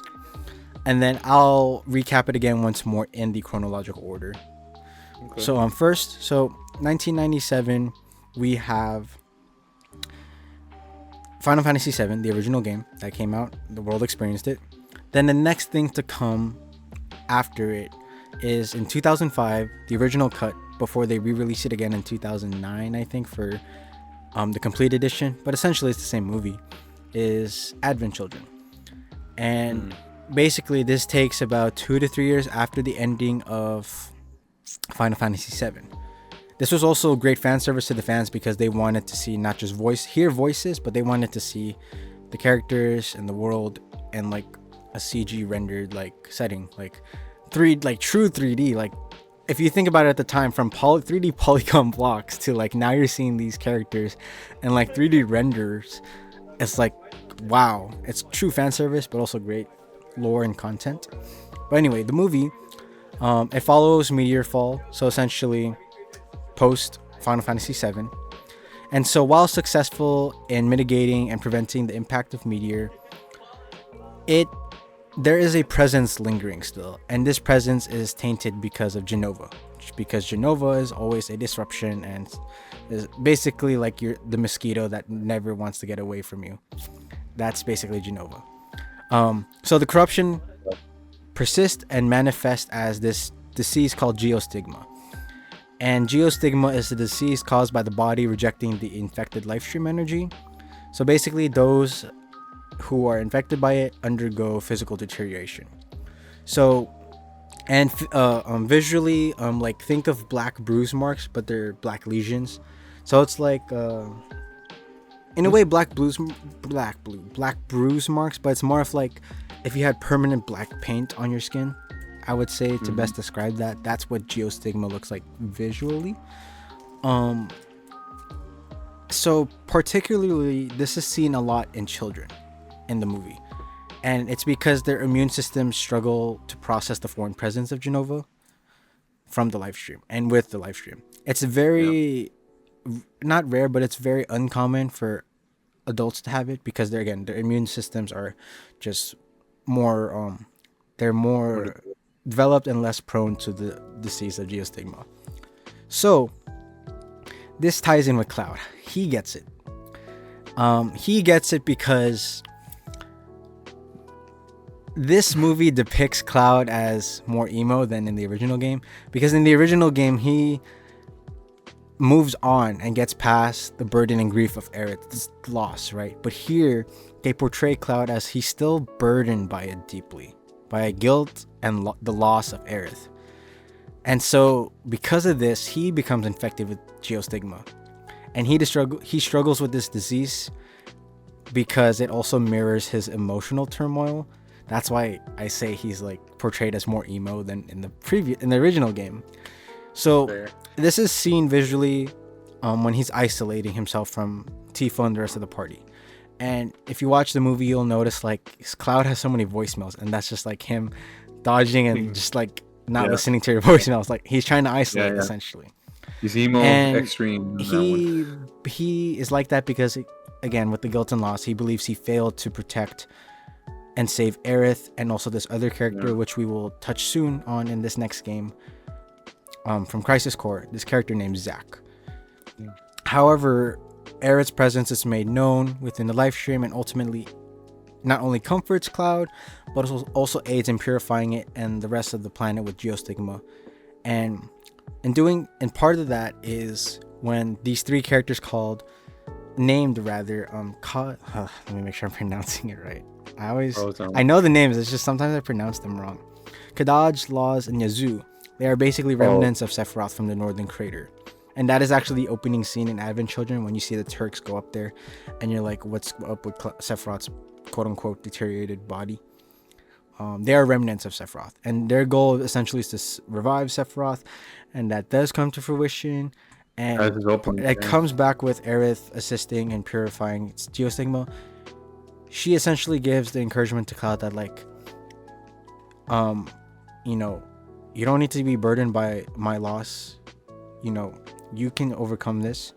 And not only she gives him encouragement, but during the fight with Sephiroth, when Cloud's fighting Sephiroth, Cloud's at a point where he's like, I don't think I can beat him. And then you enter a kind of dream sequence where Zack says, like, come on. He's basically encouraging Cloud to, like, you've beat him before. Why can't you beat him again? Essentially. And so that aids to the defeat of Sephiroth again. And we get this iconic line where Cloud says, stay where you belong in my memories. And Sephiroth says, I'll never be a memory. And that sets the tone for the rest of, like, the compilation and Sephiroth's intentions and why this, like, gets even to the re-trilogy later on. But with Advent Children, Aerith helps Cloud in her spirit form through the live stream to overcome not only his guilt, but also to heal the world from Jenova's influence of geostigma. So part of it is like, oh, you could say Cloud being emo was a good thing because, like, it also, like, kind of helped him to like meet up again with Aerith in some degree to wipe out geostigma. So, like, in that case, I can't argue. Yeah. Like, oh, fine, I guess you make him more emo, I guess. And I'm like, sure. But that's essentially the synopsis of Advent Children. Great movie, by the way. Like, really eye candy for your, like, fighting scenes. If all you had before was just the original game, that was pure eye candy, honestly. But mentioning this next game in release order again, I believe this game came out. Let me double check. I think 2007. Let's see. But it's this game called Crisis Core. Yeah, 2007. Crisis Core, where I mentioned this name before, Zack. Zack is a soldier. He's actually a soldier first class. And essentially he is what was before Cloud, and I'll get into why. So in Crisis Core, we see Shinra's soldier program revolve around Mako. Again, a refined form of life stream energy extracted from the planet, and it's either put in a orb for magic, or it's used as, like, super soldier serum for Captain America. It's used to enhance human capabilities. However, with Mako, excessive exposure to it, especially in your bloodstream, while it heightens your capabilities higher than the human can normally, it also speeds up and it leads to physical and mental deterioration and alters the body and the mind. So we see this with Sephiroth, Zack, and Cloud as well. And so Zack is a first class soldier, again, as aforementioned. His best friend in the soldier program is Cloud, although Cloud never got into the soldier program. Actually, he was just like one of those stormtroopers, like in Star Wars, and then, like, the real Jedis and Siths have the lightsabers. Basically, think of Zack as, like, the one with the lightsaber, and Cloud is just like a typical stormtrooper. But they're both, in the sense, the same program, kind of like Resistance stuff like that. So there's backstory into Zack wanting to become like Sephiroth, and then you get the backstory of Sephiroth, what makes him become a villain, realizing that he was quote-unquote a experiment made by Hojo with Jenova, and thinks that Jenova is his mother, when in reality he actually had a human mother, and he also kind of got manipulated. So he just basically copy-pasted, I got manipulated, I will manipulate. Yeah. Oh, I forgot. I forgot. I gotta search up Sephiroth's mother's name, because her name, Lucretia. There you go, Lucretia. That's the biological human mother. But Sephiroth buys into the lie, or he is manipulated into the notion and idea that he was an experiment made by Hojo with Jenova and basically he's not human, and so that's why Sephiroth believes he's this monster, and, like, his whole life was a lie. He kills the whole town of Nibelheim, Cloud's hometown, and Tifa's hometown. And then you get this iconic scene where all of Nibelheim is in flames, and you just see him turn around and stare in the camera. You get that iconic scene, and that's where you see a villain born. Basically, Sephiroth is, in Crisis Core, he is Anakin Skywalker, if you really think about it. Yeah. And then in the original game, Sephiroth is Darth Vader. Like, that is fully, not just as time passed, but he's fully embodied, like, and accepted, I'm the villain. Yeah. So, so with Sephiroth being infused with Genova cells rather than natural Mako enhancement, now he becomes a unique case. And of course, Hojo, he's a twisted scientist. He does what he does. What can I say? This is part of how and why Sephiroth loses his sense of humanity. And so here comes Zack. He's a naturally strong-willed soldier, more upbeat than Cloud. I'll tell you that. He's always like, Zack always is like, he reminds me of Peter Parker quips. He always has something to say, and it's just like to break the tension, and it's like to crack a joke or something. He reminds me of that. He reminds me of that. Never curious though. That's true. So even though he's like that. Yeah. So long story short, there's this backstory and this dynamic with Zack and Sephiroth, and we get to a point in the culmination of the game, or basically the climax of the game, is Zack withstands the effects of Mako, but he ultimately perishes and dies protecting Cloud. So Zack entrusts Cloud with his legacy, which is where we get the quote from Zack saying to Cloud, protect your honor as soldier, and you are to be my living legacy. Something to that degree. I might have paraphrased a little bit, but that's essentially what it is. And so Zack's final moments in Crisis Core, and really it makes Crisis Core a great game as well, is that in Zack's final moments, it emphasizes not just his connection to the Lifestream, but also how in subtle ways he continues to guide Cloud even after his death. And so Cloud, being traumatized that his best friend died, but also to backtrack a little bit, there was an altercation with Sephiroth when he was destroying all of Nibelheim because he bought the lie of like, I'm a monster. He gets Genova, but to kind of attempt to prevent Sephiroth from doing that, there were attempts made by Tifa, by Zack, and then Cloud.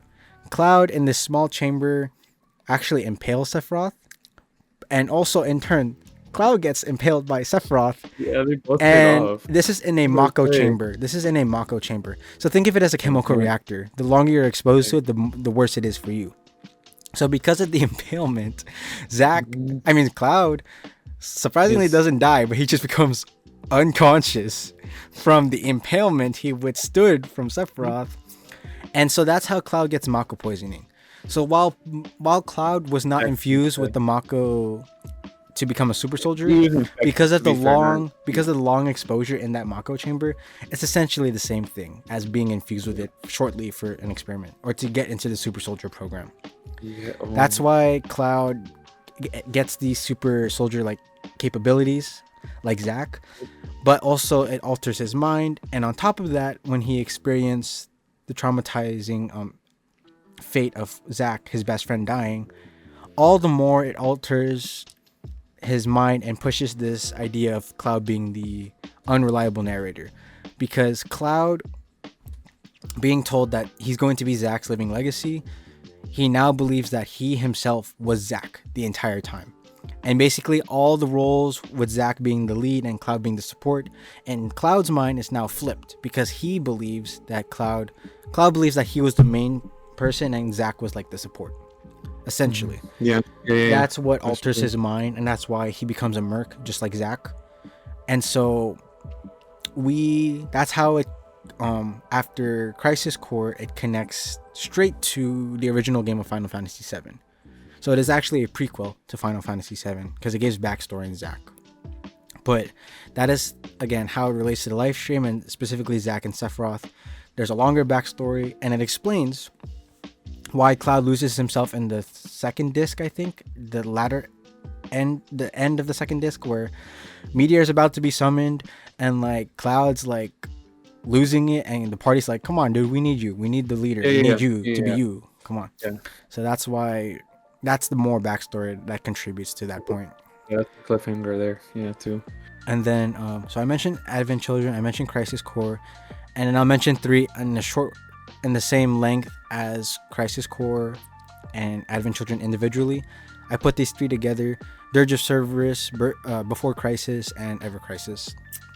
So Dirge of Cerberus, the main protagonist is this character named Vincent Valentine, which is a really cool character, and if you do not like him, seek help if you don't like him. Yeah, but It's one of those more Yeah. It's one of those more unpopular games because the game's kind of wonky. Although I will say it's not as bad as people make it out to be. Sometimes they over exaggerate their Cerberus. Overall, I think the game's alright. I do think the game's alright. Aside from the wonky combat system and whatnot, it's fine. Yeah. It's fine. I don't think it's a bad game. Like I can't play it at all. Like no, it's passable. But then again, it's also side content, so I'm not complaining. But essentially, in Dirge of Cerberus, this. Hold on, let me make sure I'm getting this right. Yes. So okay. Within Shinra, the Shinra Corporation, there's this secret organization called Deep Ground. So essentially, if you have like the government, you have I think the CIA. I think is essentially the correct parallel. Like the branches, there's like the big branches of government, and then there's like a smaller centralized like secret. Yeah, the government was the rule, the top head. CIA is kind of like the sides. Yeah. So Deep Ground is like a secret organization within Shinra that is revealed to have conducted extreme experiments on the Lifestream, and they want to seek to control its power, like Sephiroth, but not to become a god, essentially. Yeah. Their ultimate goal in the plot of Dirge of Cerberus was to awaken Omega. Omega is an entity meant to transport all life into the Lifestream when the planet is near death. So Vincent Valentine enters the picture through his connection to Chaos. Chaos represents the opposite force, basically a being it's meant to counter Omega and maintain the natural cycle of life and death. It's really odd. It's really ironic and interesting how the opposite force is called Chaos. Just found that interesting and kind of funny. But ironic. That's essentially what the game is. It's not that much plot compared to Crisis Core, Advent Children, and the original game. But there's still enough to make it to draw from that side story, that side game.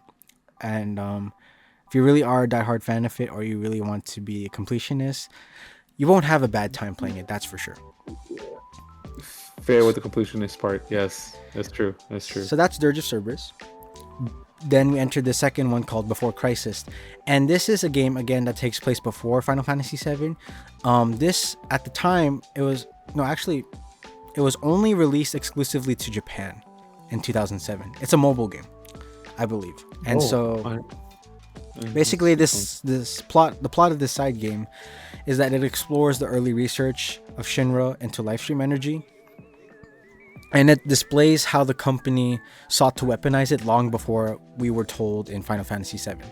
Because Final Fantasy VII, you first are introduced to who Shinra is, what they are, and what their true intentions are. So Before Crisis sheds more light on that it started way before Final Fantasy VII.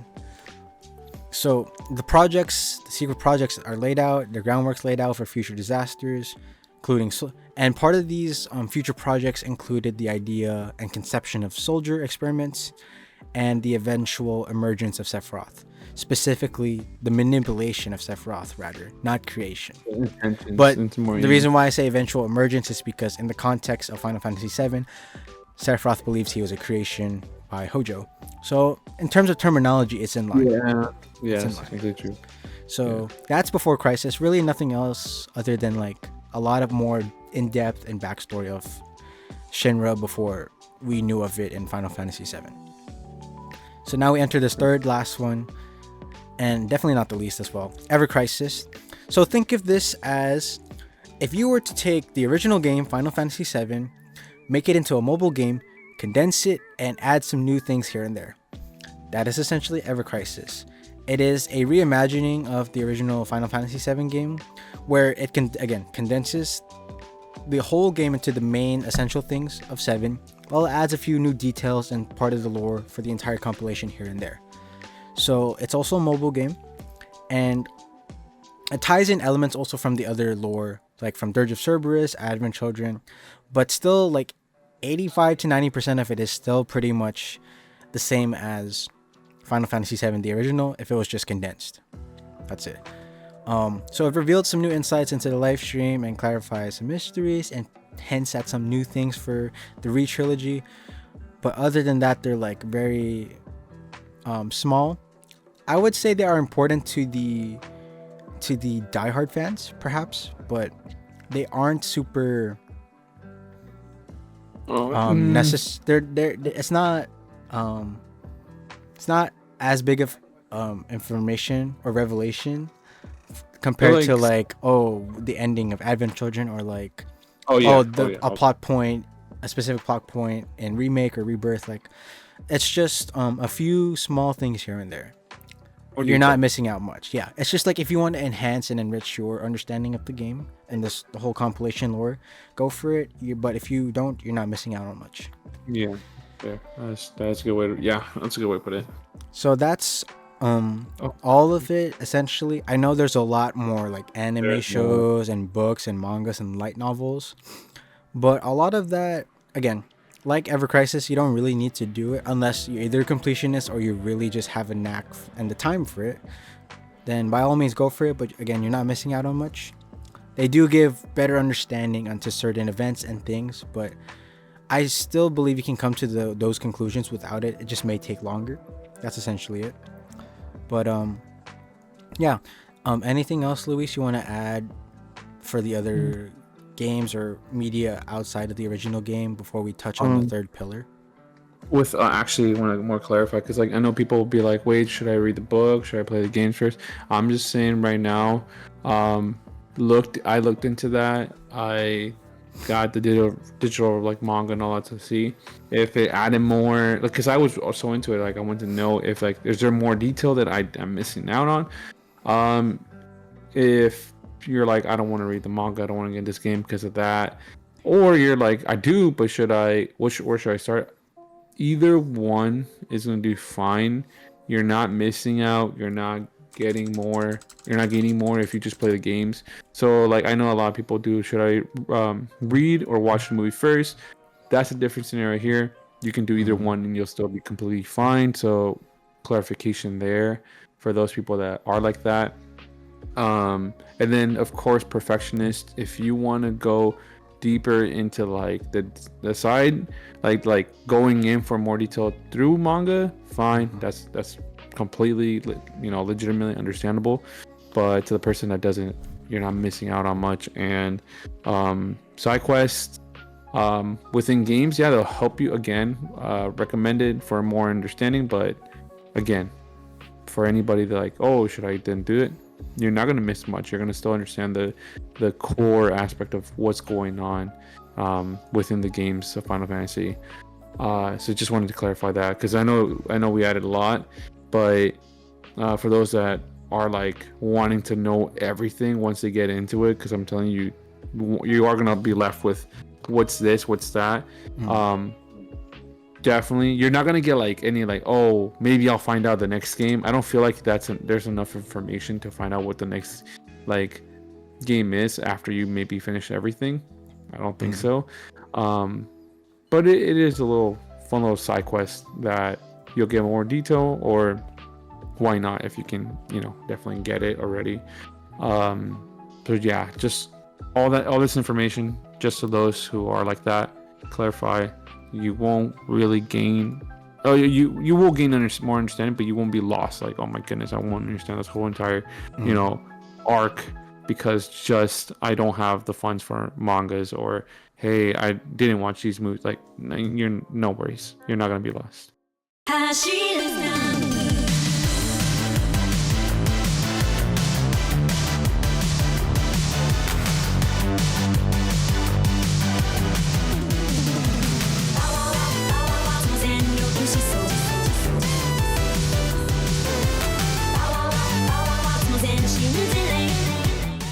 Luis, we are entering into this third pillar with we're entering now into the modern era, I guess you could say, with this trilogy.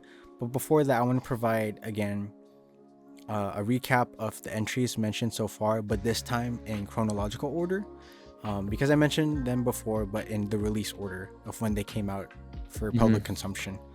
Yeah. So I broke it down into 3 eras, basically the pre-era, the present era, or basically the past, present, and future, essentially. You can think of it like that. So the past, it starts with the planet's ancient history. So the planet, also called Gaia, is sustained by the life stream. It's a cycle of energy that sustains life. we see also Genova, an alien entity. It crashes onto the planet thousands of years ago. And if you remember how the Cetra used to be so nourishing and thriving before, this is what caused the diminish of the Cetra. The Genova, when it crashed as a meteorite, it nearly wiped out the Cetra, an ancient advanced civilization. And so the surviving Cetra sealed Genova away. But even then, over time, their knowledge and their descendants, they became lost, and certainly, surely and shortly, it became fewer and fewer numbers till it got to the point where it's the last one remaining is Aerith Gainsborough, which is essential, and we see her in the party, right? Yeah. So, Yeah. we enter the first, which is before Crisis. This is specifically 6 years before Final Fantasy VII, the original game. So, again, this game in short, it focuses on the Turks, on the Shinra covert operatives, and also their war against on earlier, more extreme versions of Avalanche. It's just a lot more backstory, but it's not introducing necessarily not really new things, but it's more of like expanding upon things we've known. Yeah. And it introduces key Shinra figures before we knew them, how we know them as of now, and it sets up events leading to the main game. So then, now we enter Crisis Core, and this takes place 7 years before Final Fantasy VII. But the reason why I put this after before Crisis, which only takes place 6 years before, is because the whole game spans from 7 years all the way till right when Final Fantasy VII starts. So I guess 7 years to 0 years leading up to Final Fantasy VII. So it's a technicality, but that's the only reason why I put it after Before Crisis, because Before Crisis just takes a span of a year, and Crisis Core takes a span of like 7 years before all the way to So a little bit before, but it's really still before Final Fantasy VII. But I'm just explaining why I put it after Before Crisis. No. I was like, wait a minute, but I see the aspect there. It's still relevant. Both are, they're so close. Yeah, fair. So, again, the main character is Zack. Zack Fair specifically, that's his last name. He is a soldier, first class, and his best friend is Cloud. He is also Cloud's mentor. Some key events from Crisis Core is Zack works under Angeal alongside Sephiroth and Genesis Rhapsodus. These are three key figures in the game that essentially give backstory into Shinra, but also into Sephiroth's eventual becoming of the antagonist rather. The Nibelheim incident, most famously known for where Sephiroth just goes on a killing spree, and you get that iconic scene of him when he turns around standing amidst flames. That is the birth of an iconic villain. Sephiroth learns of his Genova, quote-unquote Genova origins, and burns Nibelheim going and becoming a madman. Zack and Cloud escape Shinra, but are pursued by Shinra after attempting to stop Sephiroth from becoming a madman, essentially. As a result, Zack dies protecting Cloud, and he passes his legacy to him. And so Cloud, in a traumatized state, he not only, also along with the Mako poisoning he experienced from being unconscious in that Mako chamber from stopping Sephiroth, he adopts the persona of Zack, and he believes himself to be a former soldier. Again, everything that happened to Zack, he basically believes he did.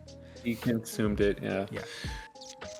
And so... Without much more. Yeah, that's with Crisis Core. And then I just have a small subpoint here with Ever Crisis, that because it expands a little bit before Final Fantasy VII, just slightly before. It expands a little bit more in Zack's story and adds new Sephiroth lore, but again, I'd say it's mild content, but it's like you can get by without it. But that's why I kind of lumped it with Crisis Core. Technically, it's a little bit before. So then we enter present era, which is now Final Fantasy VII. And really, the only game in here is Final Fantasy VII, because that's what that's present. So the year is 0, or what I like to call, just for fun, year 0007. Oh, okay, fair. I mean, it is just basically year 0, just year 0. Restart. Yeah. So the main things in this game are Cloud joins Avalanche. Cloud, Strife. Again, he is a merc. He is a quote-unquote soldier first class, but he adopted Zack's persona. He joins Avalanche, which is a rebel group fighting Shinra's exploitation of the planet and the Lifestream. Alongside his journey, he meets this Cetra girl named Aerith, the last Cetra who is being hunted currently by Shinra. They escape Midgar, Shinra destroys Sector 7, and they drop the plate specifically, and it kills thousands, and they are blamed for that. So because of this, and actually realizing the true, kind of like for the most part, the true end goal of Sephiroth already, and who the true villain is, they pursue Sephiroth, who plans to pursue and summon Meteor and absorb the Lifestream's power. So they go throughout the world through Chocobo Farm, through Cosmo Canyon, Wutai, and they recruit. If you consider lore to recruit everybody, even though the game considers it side optional characters, if you recruit everybody, then you visit all these locations and you potentially recruit new characters to join the party. So that's part of what I consider the journey in pursuing Sephiroth. You, along with visiting new places, you get new characters, new allies. So part of the midpoint of this whole journey is when you enter the Temple of Ancient, and Aerith is praying to summon Holy, but then Sephiroth comes down and impales Aerith, killing her and preventing the full summon of Holy. Then the party grieves, and then you experience the arc of Cloud suffering, and then he eventually gets back up, which leads to the final battle. Cloud and his friends, or honestly Cloud and the party, defeat Sephiroth. Aerith fulfills the prayer in her spirit being in the Lifestream to prevent Meteor from impacting the planet, and all's well ends well. The planet is saved, Sephiroth is beaten, and the party lives. And then again, a little bit again with Ever Crisis, adds a little bit new content while condensing it here and there. So now we enter the future era. We have Advent Children, 2000. Oh, sorry. I keep saying. I won't say the years. I'll just say 2 years after Final Fantasy VII. Yeah, I was about to... Yeah. So 2 years after Final Fantasy VII, again, Cloud suffers from geostigma. It's a disease caused by Genova's lingering influence. The three members I mentioned before, Kadaj, Laws, and Yuzu, they are remnants of Sephiroth from his body in the northern crater. Their intention is to seek to revive Sephiroth. Sephiroth does eventually return, but is once again defeated by Cloud. And the resolution of the movie is that Cloud finds peace with Aerith's spirit watching over him, and he overcomes the grief and guilt he has by not saving Aerith and Zack as well. So that is Advent Children. We have now Dirge of Cerberus, which takes 3 years after Final Fantasy VII, so basically 1 year after Advent Children. Vincent Valentine, who is an ex-Turk with a tragic past, and I'll leave it at that. You enter Deep Ground, a hidden Shinra faction tries to awaken Omega, a planetary doomsday entity. So eventually, the final battle leads to Vincent, who embraces his chaos powers and stops Deep Ground's plan of summoning entity. And thus, we also see later his Vincent's vendetta against Shinra, and that's a big reason why he joins the party when you recruit him. He basically has some beef with Shinra. That's the best way to put it. Yeah. He's more just there to like, look, you're an excuse for me to continue on what I hate. Yeah. So I'm just yeah, that's a good way to put it. Okay. So that's the three. So the past, present, and future. And then I have a fourth era, which is called the Re-era. It's called the Re-era. Yeah. So this is where the third pillar consists of. It's these two games, Remake and Rebirth. And it's the Remake project trilogy. And this whole third pillar is just going to be us talking about the two games. Because they not only are the most recent ones, but also it's where a lot of the lore, like you need to kind of know a lot of the lore beforehand to understand what they're doing with the direction they're going from the events of Remake and from the events of Rebirth, how it follows from everything previously to what Remake does to Rebirth, and kind of leaves us fans speculating now, what are they going to do for the last game, right? And really quickly, before I give it to you, Luis, I just want to mention how before I said that Star Wars is really similar like to Final Fantasy, and I think it was already well known because even one of the directors of the game tweeted that like they draw so much inspiration from other medias and media trilogy specifically. And when you look at the trilogy, at least with Remake and Rebirth so far, it is a lot like the first Star Wars trilogy, like episode 4, 5, and 6. Because remake, because what's the title? What's the title of episode 4 of Star Wars? Do you remember, Luis? Is it Phantom Menace? No, that's the number one. That's number one. Number 4 with Luke Skywalker. Luke Skywalker. Why am I blanking out? This is I should know. Return of the Jedi. No, that's number 6. No, am I missing? I don't want to look it up. I don't want to. So, you're okay. It's New Hope. Yeah, that's 4. That's 4. 4 is a New Hope. 4 is a New Hope.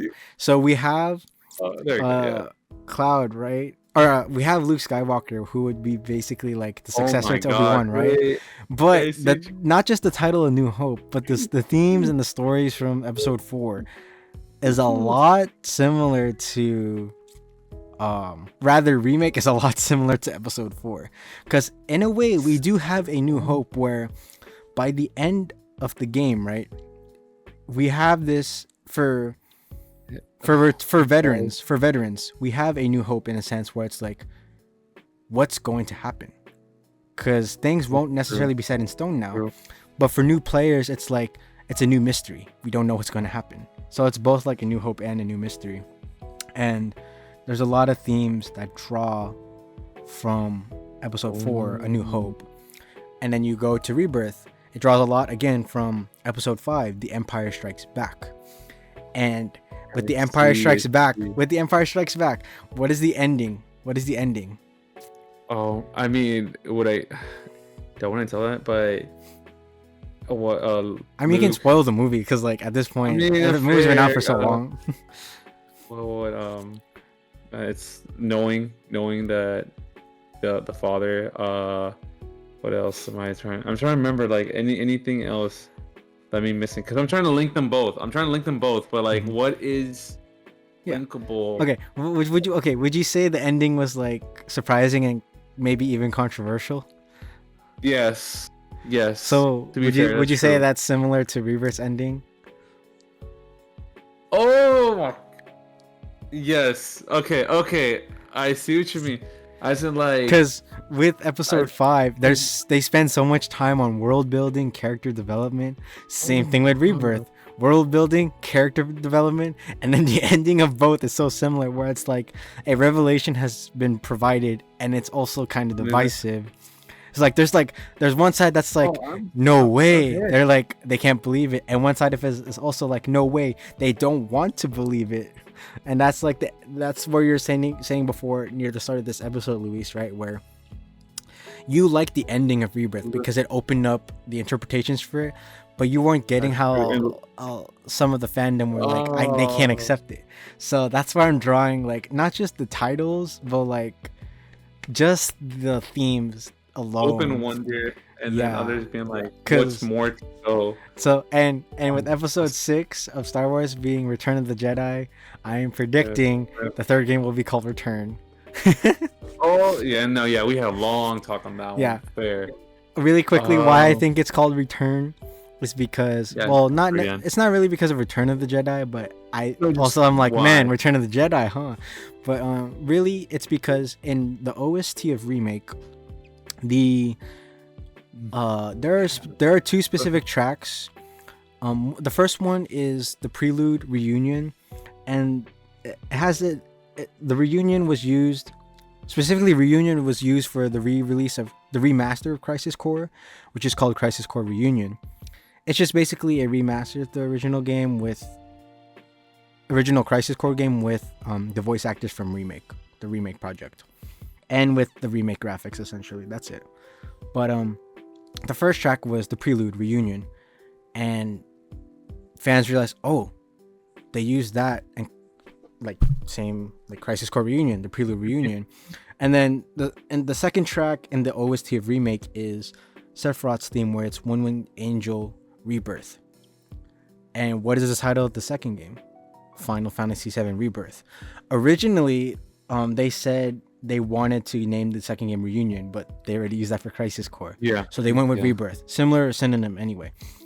But from that confirmed speculation, well, not directly confirmed by the devs, but they're like, they admit, like, they know the fans like are smart. They know the speculations that are and hypotheses are going on, and the theories. They know. They admit. They acknowledge what the fans are like crafting, right? So in Rebirth's OST, there is a track. Well, there's two tracks, but so one of them is called One Winged Angel Reborn. People are thinking the third game is gonna be called that, but I'm like, guys, come on. If the second game was called Rebirth, why would you use the same like adjective, like practically the same adjective for the third game? So that's maybe they'll use that for another, like maybe DLC if ever. I know they denied it already, like saying they're just gonna push for development of the third game, but if ever, some type of other media for Final Fantasy in the Re trilogy, they can use Reborn. I don't really mind. But there's another track in the OST that's called it's Aerith's theme and then Return to the Planet.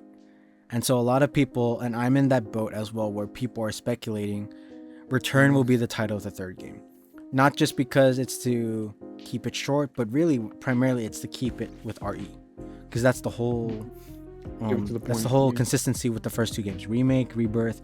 It also lines up with Sephiroth's intentions. It does line up with Sephiroth's intentions, because Remake, what does Sephiroth do in the first game? Sephiroth wants to remake the timeline. He comes back post Advent Children. You realize he's like so aware. Aerith's also so aware. What is going on? Remake it's pointing to Sephiroth's intentions. Then Rebirth, it's pointing again to Sephiroth's intentions. He wants to be reborn with Jenova and rule the planet. That's why he goes through this whole thing. And so Return seems very likely because that's his intention. He wants to return, not just in a physical form, but also to return to this original idea of like, man, I was beat before, but I have better ways now to hopefully get to that. Achieve godhood. So that's why I mentioned I think Return is pretty likely.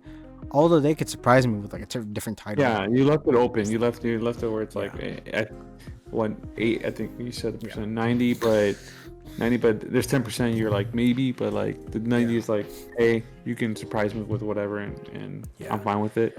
But because we had you had like a whole solid conversation, and I challenged them like, okay, what about this? What about this? And I remember, you Return where you're solid, which I don't disagree. I mean, does it matter the name? Yes, but it wouldn't affect me if I'm like, okay, I can't buy it because it didn't get the way I want it. So I'm like, but not with Star Wars, because that's true. I mean, even Cloud is based on previous media, so that would make sense. Would it be cool? Heck yeah, because people can point that out more about Star Wars, but that does seem like I mean, they're keeping it short, to the point. Rebirth, gets to the point. They're not giving it this fancy titles on the past three, so I'm like, that would make sense here. Yep. Don't just keep it to the point. Yeah, that makes sense. Yeah.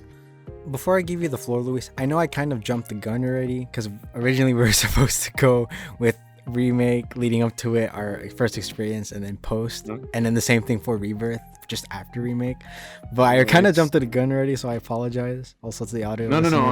I was going with it. So, but before I give you the floor to share your side, I just want to quickly share that, man, what a time it is to be alive, to not only live, like to experience the compilation as a whole, but to get this unique opportunity, like for Square Enix to have this unique opportunity to remake a beloved game into 3 parts.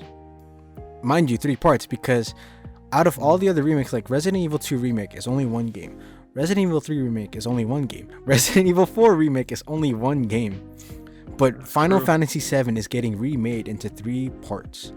And in a way, actually it is paying homage to the original 3 disc of the original game.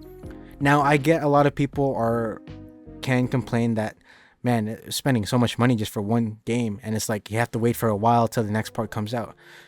That's true. I kind of understand that. Like, I kind of understand wanting the next thing right away. But part of me is like, they want us to sit with what they're cooking. I'm not gonna lie, dude. Like, this is the 3-part series of a 30-year cook. Let's be real. Well, almost 30-year cook. I'm also speculating Return will release 2027, which is the 30th anniversary of Final Fantasy VII. If they don't, really missed opportunity if they don't. But it's but it's gonna be in this because like, 1997 the original release, and so 2027 I think they're shooting for it to release the third and final part of the trilogy. But anyway, I digress from that. Going back to the point of it really is a blessing and a fun, and what a time to be alive, to not just as a gamer but as a Final Fantasy VII fan, to have this project by Square Enix to be like, you know, probably before they thought about pursuing it or even pushing through with it, like, why would we want to touch like a masterpiece? That's true. Why would you want to remake something?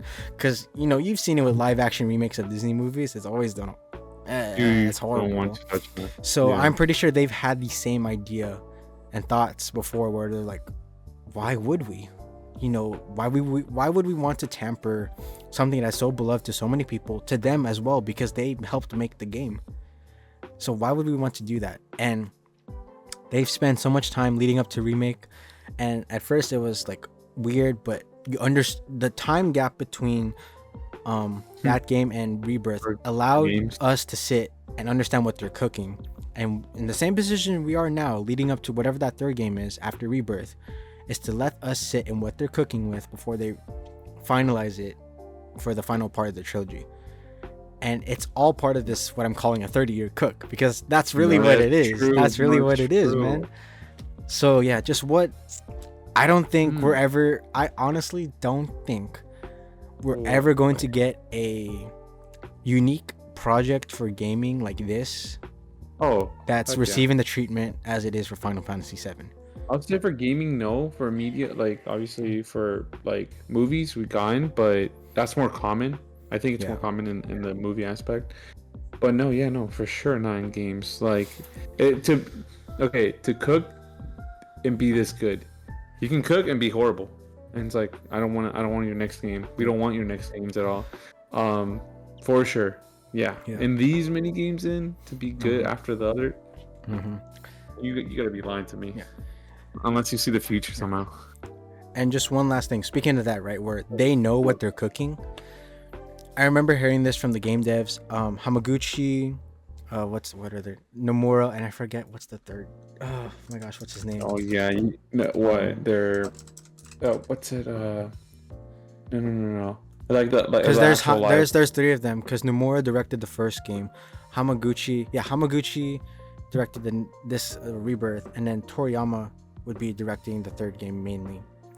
But anyway, I've heard them say, and also the great music composer Nobuo Uematsu, timeless pieces of music, honestly. Not just for Final Fantasy VII, but in any other game he's involved in. Like, oh my gosh, so good. But anyway, I've heard them say in the development and production process of, you know, Final Fantasy VII, the Remake trilogy, and just in any other project they're involved in, it was always important to them that they never involved too many people. And it really struck me first. I'm like, well, wait, wouldn't you want more help in certain fields? Like, you know, in each designated field, wouldn't you want more people? Why would you not want a lot of people? And what they said was really, it changed my mind on it, where they essentially said, to the same degree, that if you were to get a recipe from like Gordon Ramsay, and you were tasked to cook that recipe along with 10 other people, would you cook it the same way as Gordon Ramsay did? No, it dilutes more. Yes. The more it goes. So that essentially changed my perspective on it, because they were saying that the more people you involve in it, the less creativity and the less uniqueness you maintain with the project.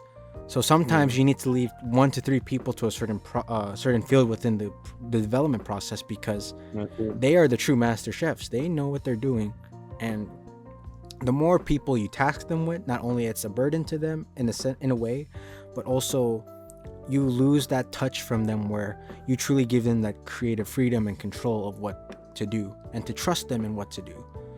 And that really changed my mind. I'm like, man, these people know what they're doing. They're not just devs of the game, they are fans of the game. And so again, I'm sure they thought of, before saying yes to remake this entire project, they had the thoughts too of like, why would we want to? But to anybody who's still doubting them, I'm like, just look at what they did. I mean, look at their work, already. Like Rebirth is substantially like, I would argue that like it's one of the best games of all time, and a lot of that's with objectivity with subjectivity, but like you said, with the amount of content that game gives you, and considering this game is running an Unreal Engine 4, like it's not using like the most advanced like techniques in game development. No. Yet it's so immersive, it's so seamless in transitions, it's so great. Is it a perfect game? By no means. But to see that cooked with the stories, the character development, the voice acting, the music composition, and just the brains behind, the creative minds behind this whole thing, I stopped doubting since the end of Remake. Like once I fully processed what that was, I'm like, I fully trust what they're doing. I fully trust what they're doing, because I didn't get it at first, but I sat with it and I understand why they're doing what they're doing. So that's why, what a time to be alive. And just, these people know what they're doing. I'm pretty sure they wouldn't commit to it if they didn't know what they're doing. Because if not, then we would get the worst trilogy of like gaming history, and we would revolt and like say Square Enix, burn it to the ground, dude. The trilogy. No, the worst ending, to be fair, if they had it. I feel like, I like that mindset of the fewer the better. Now, I mean, obviously for certain projects you need more brains. Yeah. But like, this is just storytelling. Not saying they're gonna do the storytelling and then they're gonna be like, okay, then we design the characters, and there's obviously that pass it down to other creators too. Like, okay, we have this idea of this character that talks like this, acts like this. Give us a good representation of what he might be. Obviously, they might not be able to draw and animate, so they build such a good story that you and your, like, the person that's reading this, like, okay, this character might look like this. Yep. Right. So I think being a good storyteller, you can't add more people. You can have I would say max a group of 7 and then bounce back, but that requires more meetings, that requires more of you guys on calls, more like, okay, if I write this, what do the other 6 think about it? So I like that mindset of like, okay, 3, how hard is it to get 3 people, together instead of 7 people together? So that I like. I mean, it's proven. They got a track record. I'm not saying the sales. Like, forget the sales. Like, Final Fantasy as a franchise, they already made it stuck. I'm not saying like Call of Duty level, because I feel Call of Duty is a different thing. Yeah. But like it's like a Mario franchise where we know who Mario is. No freaking way will anybody like, who's Mario? What does he do? Like, I say there's enough people out there where you can go, do you know Cloud by any chance? Mm-hmm. Like, what's he do? Or where's he from? Like as in a story. And I think there's enough where it's like, wow, that's a big impact. So, I think, like you were saying, like, they wouldn't do this if, there was not enough substance for people to want. There's a lot. If they just quit now, it's like, forget it, we're just done. Yeah, it would be the worst ending. It would be, because like, you left us with a big confusing cliffhanger with a bunch of possibilities. So like, now we have to make up the story. No, so you're right. So honestly, I think that team size, perfect. I would have first been like, wait a minute, shouldn't it be more? But that's kind of coming from like looking at orchestras, looking at the movies, like how long it takes to just do like shots and like, for scenes. Yeah. So you would think like you need a big team. No, so this is you got to remember what media you're kind of like dealing with, and this is video games. You don't need a ton of people when it comes to the story, other than the animation maybe, and also like, you know, painting the characters out. So I get that. But the core, like I'm telling you now, Final Fantasy as a franchise, it's a story. Yes, the music, yes, 100% can be next to it. But the story, if it's not there, the music would just be good, and then you get bored.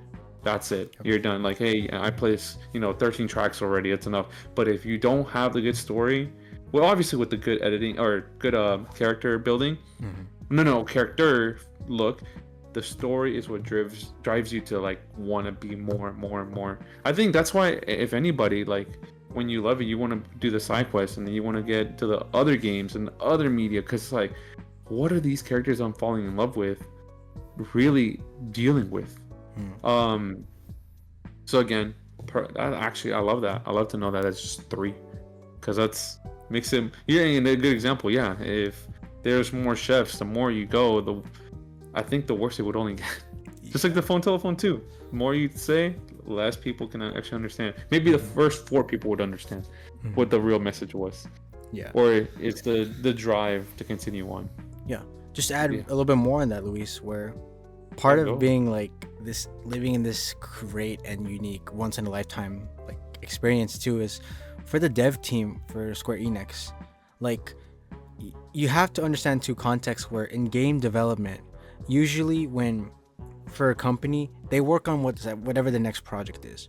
So for sometimes it may be, let's say for example, Naughty Dog, let's say, oh, you work on Uncharted 4, right? And then the next game is The Last of Us 2. A lot of people have to be trained for different, like you need to train the development team from Uncharted 4 to get accustomed with the assets from The Last of Us Part 2, get accustomed to the scheduling and other things. There's a lot of training. Even if it's with the same people, there's a lot of training. Maybe you hire some new people as well. And then you get back to like, oh, you make the next Uncharted main entry. You need to train people again. And so that's usually the development cycle of a game. That's usually the priorities of game companies.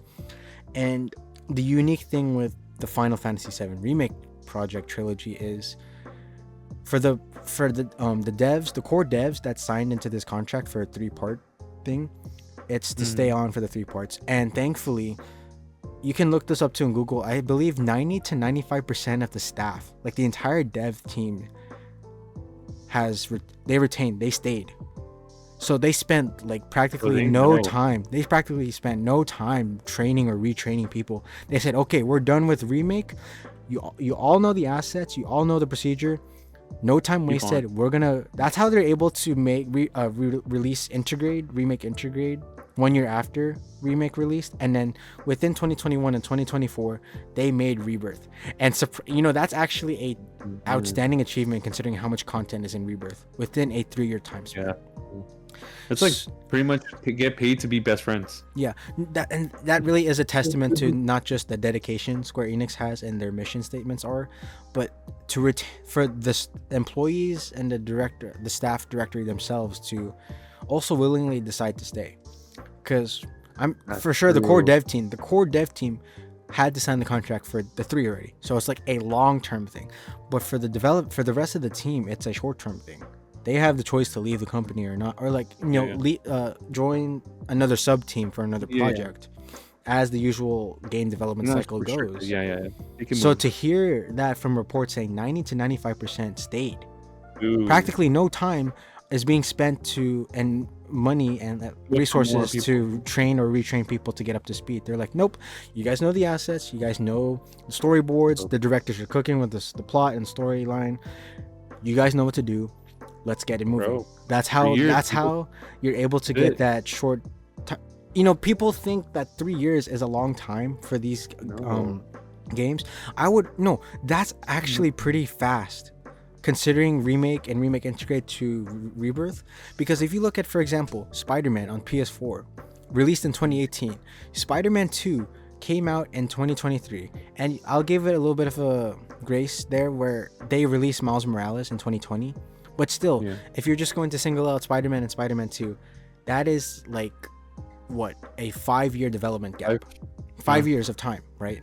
Look at God of War Word. 2018 and God Word. of War Ragnarok 2018 to 2022.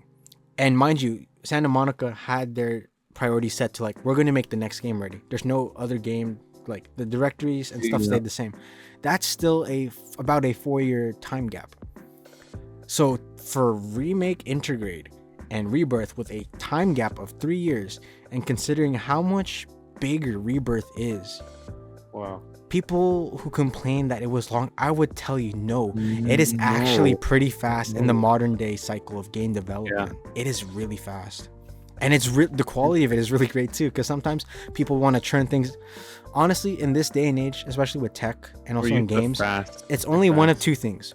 Either you take too long to build a good product and then you get flamed for taking too long, or you give into the pressure that you speed things up but you release a bad product. And they can get and lose it. That's really only one of two outcomes.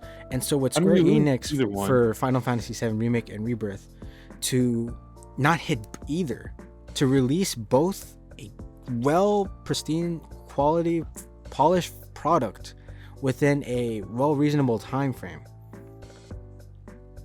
I haven't heard any company do that as of like the modern age of gaming. Like, sure, back then we had 10-15 years ago, games would come out like 2-3 years within each cycle, right? But as game development became longer because of mocap, voice acting, etc., it got longer. But I'm like, guys, look, just 3 years. It's so good. This game is so good, and like, I wouldn't complain because other games take 4, 5, 6 years. Hey, we're waiting for GTA 6. Look, I'm pretty sure that's still gonna sell like a lot. That's already over 12 years at this point, dude. I know. But will people complain that day? Will people be like, oh my gosh, that's no, they're gonna be like, the game's finally here. Yeah, the game's finally here. That's all. Yeah, no. So you were saying, I say 26, but 27 fair. That is, and it's gonna. And if it is 26, it's gonna be in the end of the year. It's not gonna be in the beginning of the year. Yep. It's when there's always that cycle when games come out at the end of the year. We all know. So either way, 26, 27, we're still gonna get at the end. So we're gonna be like, dang, it's still long. Yeah, it's 27, but it's okay. Wait until September time. So exactly. Well, why would you want to rush something that's gonna be good? It's like, see, that's what I'm saying. It's either one of those two scenarios. You make a good product but you just take way too long, or you give into the pressure of, we need to rush this, and you give a bad product. And neither scenario, Final Fantasy VII had that for the Remake trilogy, thankfully, and uniquely so, because the time frame. I mean look, if you want to, for people who say it took 5 years since the first E3 announcement of Remake in 2015 all the way till it released in 2020, that is technically true. But if you know the development process, it was originally Square Enix for the first 2.5 years. So basically between 2015 to 2017, they worked with the development team that works on, I forget the name, but it's the same team that works on the Naruto fighting games and like those anime fighting games. And so Square Enix got to a point where they're like, this isn't satisfactory, so we're gonna part ways from you. And so from 2017 all the way till 2020, the next 2.5 years, Square Enix built it from the ground up themselves.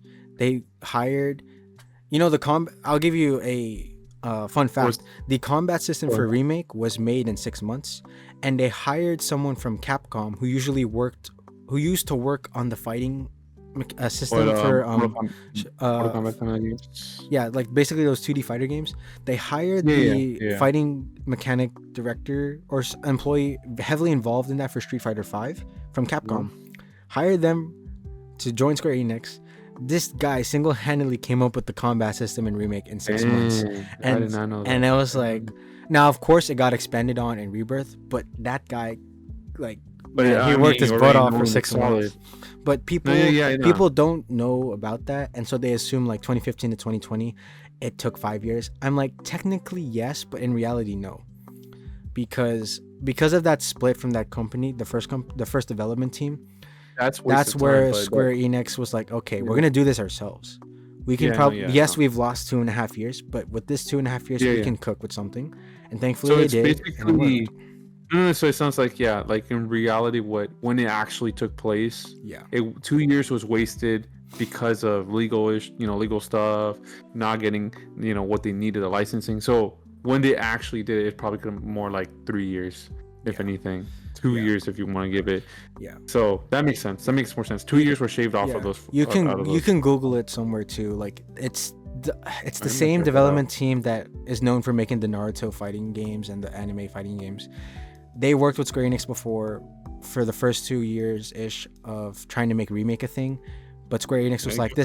this isn't up to the standards for Square Enix. So like, unfortunately, They we're didn't gonna have to want to. part Yeah. ways. So that's when they They decided didn't- we're gonna do it ourselves. No, I'm glad they made that decision. Thankfully, I rightfully so. man, Yeah. yeah, because then we wouldn't get where we are here. We would be like, no, this is not a good game. Just keep it.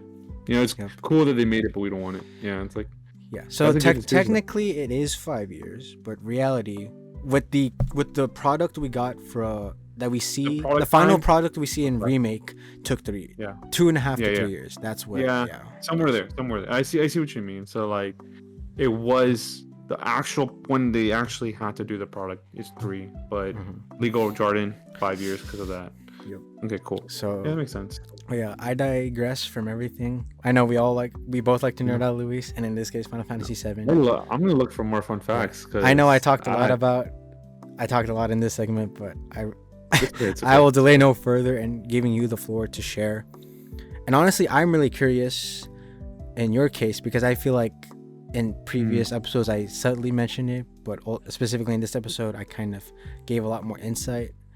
Yeah. And so I want to give you more of the floor regarding Remake and Rebirth. First, with Remake, 3 things. What was your expectations leading up to it? Second, how was your experience during it? Like your first experience, that whole unique experience the playing first it. take? Yeah. And then thirdly, definitely not the last, what was your post thoughts, your post assessment, your reaction to the ending? How you theorized maybe later on, how you got to better understanding and conclusions. But basically those 3 in order with Remake first. So for Remake, I always go with the mindset of a 7. It's like, to me, it's an okay game. Not gonna bash it right off the bat, because then if I bash it, I'm not gonna even play it. So 7. Obviously for me it was an 11. The experience, again, like I will emphasize, read the dialogue, pay attention to it because you'll get it. I was so immersed the whole entire time. I remember that's when I was in college. I had to like stop and actually do college work. It sucked. Because it's one of those games, guys, like I'm telling you, I was hyped. I right away wanted to just play it, but reality hit. Hey, you have school. It's okay, fine. Yeah, I invested like 2 hours every single time, and then would do work or anything like that. It's one of those games that I was thinking at work, I'm like, okay, when I go, this is what I'm gonna do. This is the first file. I know what to open. So it was really awesome. It's not one of like, I would even compare it to Call of Duty. It's like, oh nice, I had a good hour of game with my friends, and that was done. Like, it's, like we all play that maybe Fortnite. Some people are like, oh, let's play a couple rounds and then get off. Even Marble Rifles, cool, you get it done. You don't think about it after. You're like, okay, I'm gonna go eat, I'm gonna go sleep. So fair. But that one, I need, like, that's one of those games, other than Pokemon when I was a kid, that I was like, I want to go back and play it. So that's my whole entire like game experience. Other than story, I wanted to know more. I did literally lunch breaks. Why? I would look at YouTube videos like, why did this specific character say the specific dialogue? So I gave so much appreciation for all the scenes, but what I got in the end, as the finale, for sure, 100% worth it. All my time. Did not feel like I got taken it like for a good ride and then get bad ending. Just letting you know, don't want to spoil anything, but worth it. Like good finish. And then Rebirth, we're going same. I took both like that. Yes, I understand confusion for the ending, like I mentioned before, but it again left me with more wanting like I wasn't like, oh man, what's the next? Like I didn't. So like I was left off with cook with whatever, take your time. I don't mind. I am not gonna rush. Yes, people did complain. I did have to like kind of go back to both games. I did go back again. Joseph, you know that I literally had to restart. And you told me like, oh, you know, just replay, and then I watch streams too. For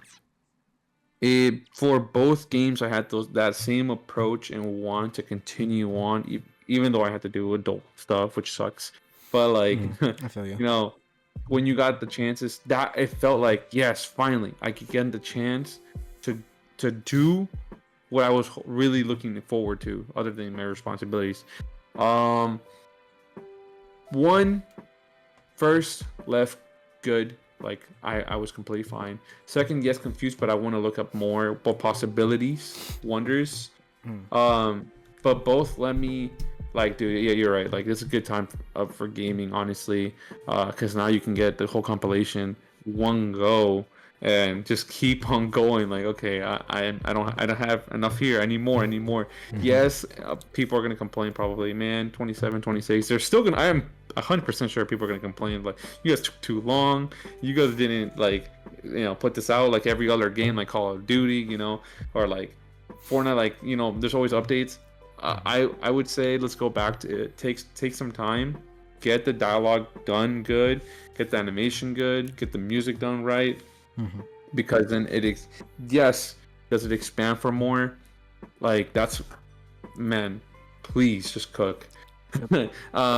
But the two games, just want to summarize it pretty much. I always go with the expectation of a 7 because I feel like that's a fair, where like, okay, you're not gonna be horrible, but you're not gonna be as good as I'm thinking right now. Because then you doubt, then you go at 10 and then you just go back to 0 because you're like, I was left out. I would say Rebirth 7, but just a 10, a 10.5 max. Because yes, the ending was a little bit like, I'm left to think about what I must do. And yes, it left me wanting to know right away, but I had to like realize, hey, it's not gonna be right away. You're gonna get the story answer right away. But it actually made me replay it. That ending made me replay it. I don't know, like, obviously you've been replaying it too, but like I replayed it immediately because I'm like, let me see what it left me being like, did I miss something that maybe I'm not picking up on? More into the dialogue. But other than YouTube videos, other than Reddit posts, I'm like, no, I did not miss. I did get the good ending. It's just there's more to be desired later, like more later that I'm gonna have to pay attention to. But like what, like boss fights, 10 out of 10. Music for the boss fights, 10 out of 10. Yep. Cutscene, like, just sometimes like just simple cutscenes were good. I know, because sometimes the cutscenes can be a little bit long, but that's what makes a good story. Like like just like little small comments, the NPCs, or comments that sometimes when you meet Sephiroth's like, oh, this is like, you can see how it is genuinely like, oh, we are gonna eat dirt, or we're scared, or we're gonna fight. So those comments perfectly crafted. Like the world building too. The world building too for both games. Yep. Perfect. What, like, now knowing that's only 3 people, that actually even made it more kind of appreciative of it, if anything. Or 3 members to think of such a big game, because before then you think a whole symphony of people coming together to do such a masterpiece. But other than that, like, I feel like you covered a lot of it that I would say, but that I think our listeners would already have understood. That I'm just trying to like let them know, like, simple, if again I feel like somebody would listen, like, is it worthy to approach this game for my time? For sure, 100%. Get, again, where I know we're being repeating this, but like, you get your worth for that. and no franchise has left me like that in all the games they have produced. Where I'm like, yes, I'm paying 60 now, 70, obviously. Like that money was not wasted. I want to pay more for this. Both games came out like that. I have not seen a franchise that maybe some games like when I got Red Dead, it was good. Like, man, I paid 60, I should have paid 70 or 100.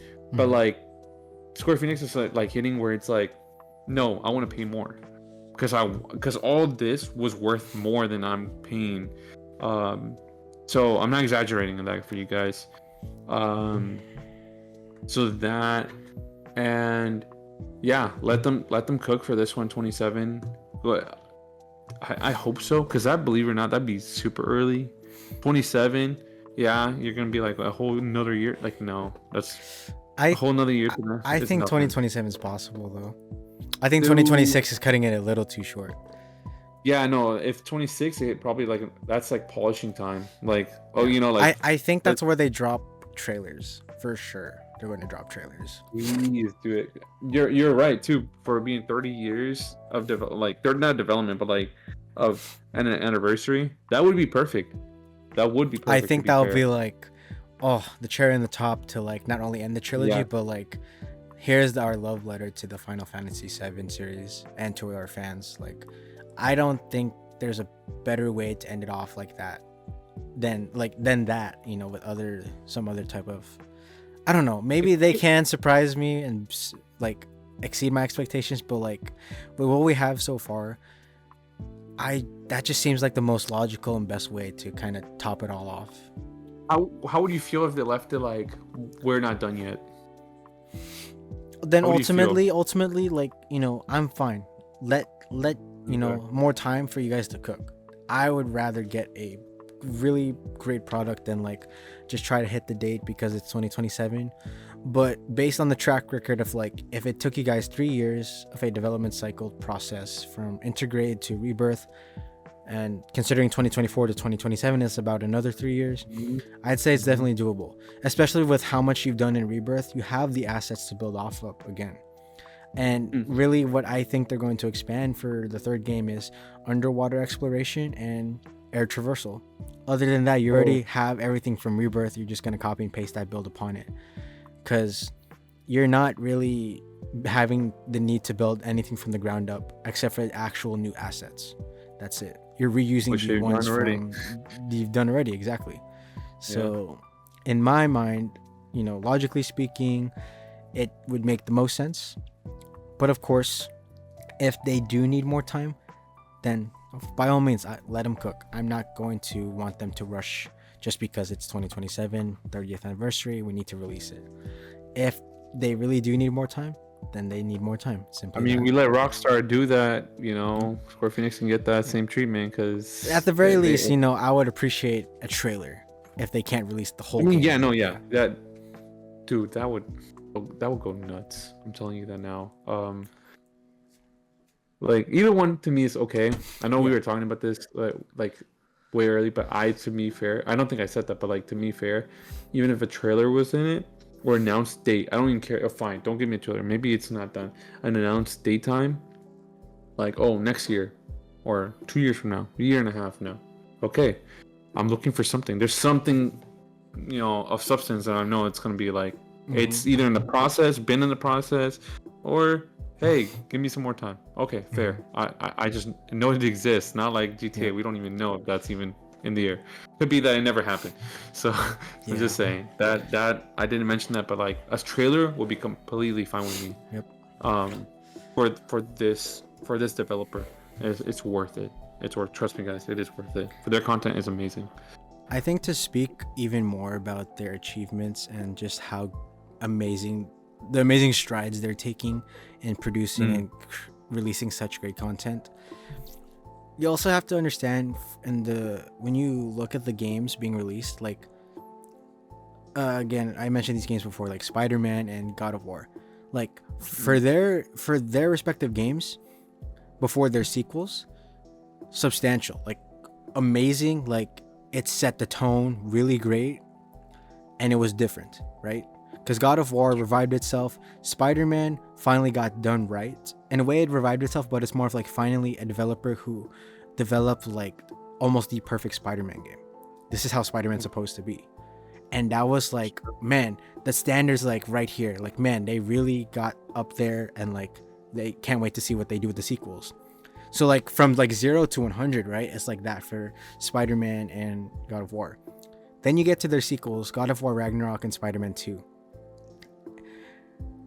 It's great, but not as substantial. Here's what I'll illustrate, connect it to. It's like seeing the difference between 30 to 60 frames and then 60 to 120. Where the difference between 30 to 60 frames is like night and day, and then 60 to 120, there's a difference, but it's not like night and day. But you can still tell there's a difference. Yeah. There's not a substantial difference. Yeah. So there is some sort of diminishing returns. And with God of War Ragnarok, like, what it did well is it corrected the mistakes and the things they couldn't flesh out properly in the first game. Because the first game already hit so many of the marks well. Same thing with the first Spider-Man game from Insomniac. Spider-Man 2, they just corrected the small mistakes and they expanded upon what was already great. So in terms of surprise factor, it's not as substantial as like the first game. Like, we had nothing to expect from, right?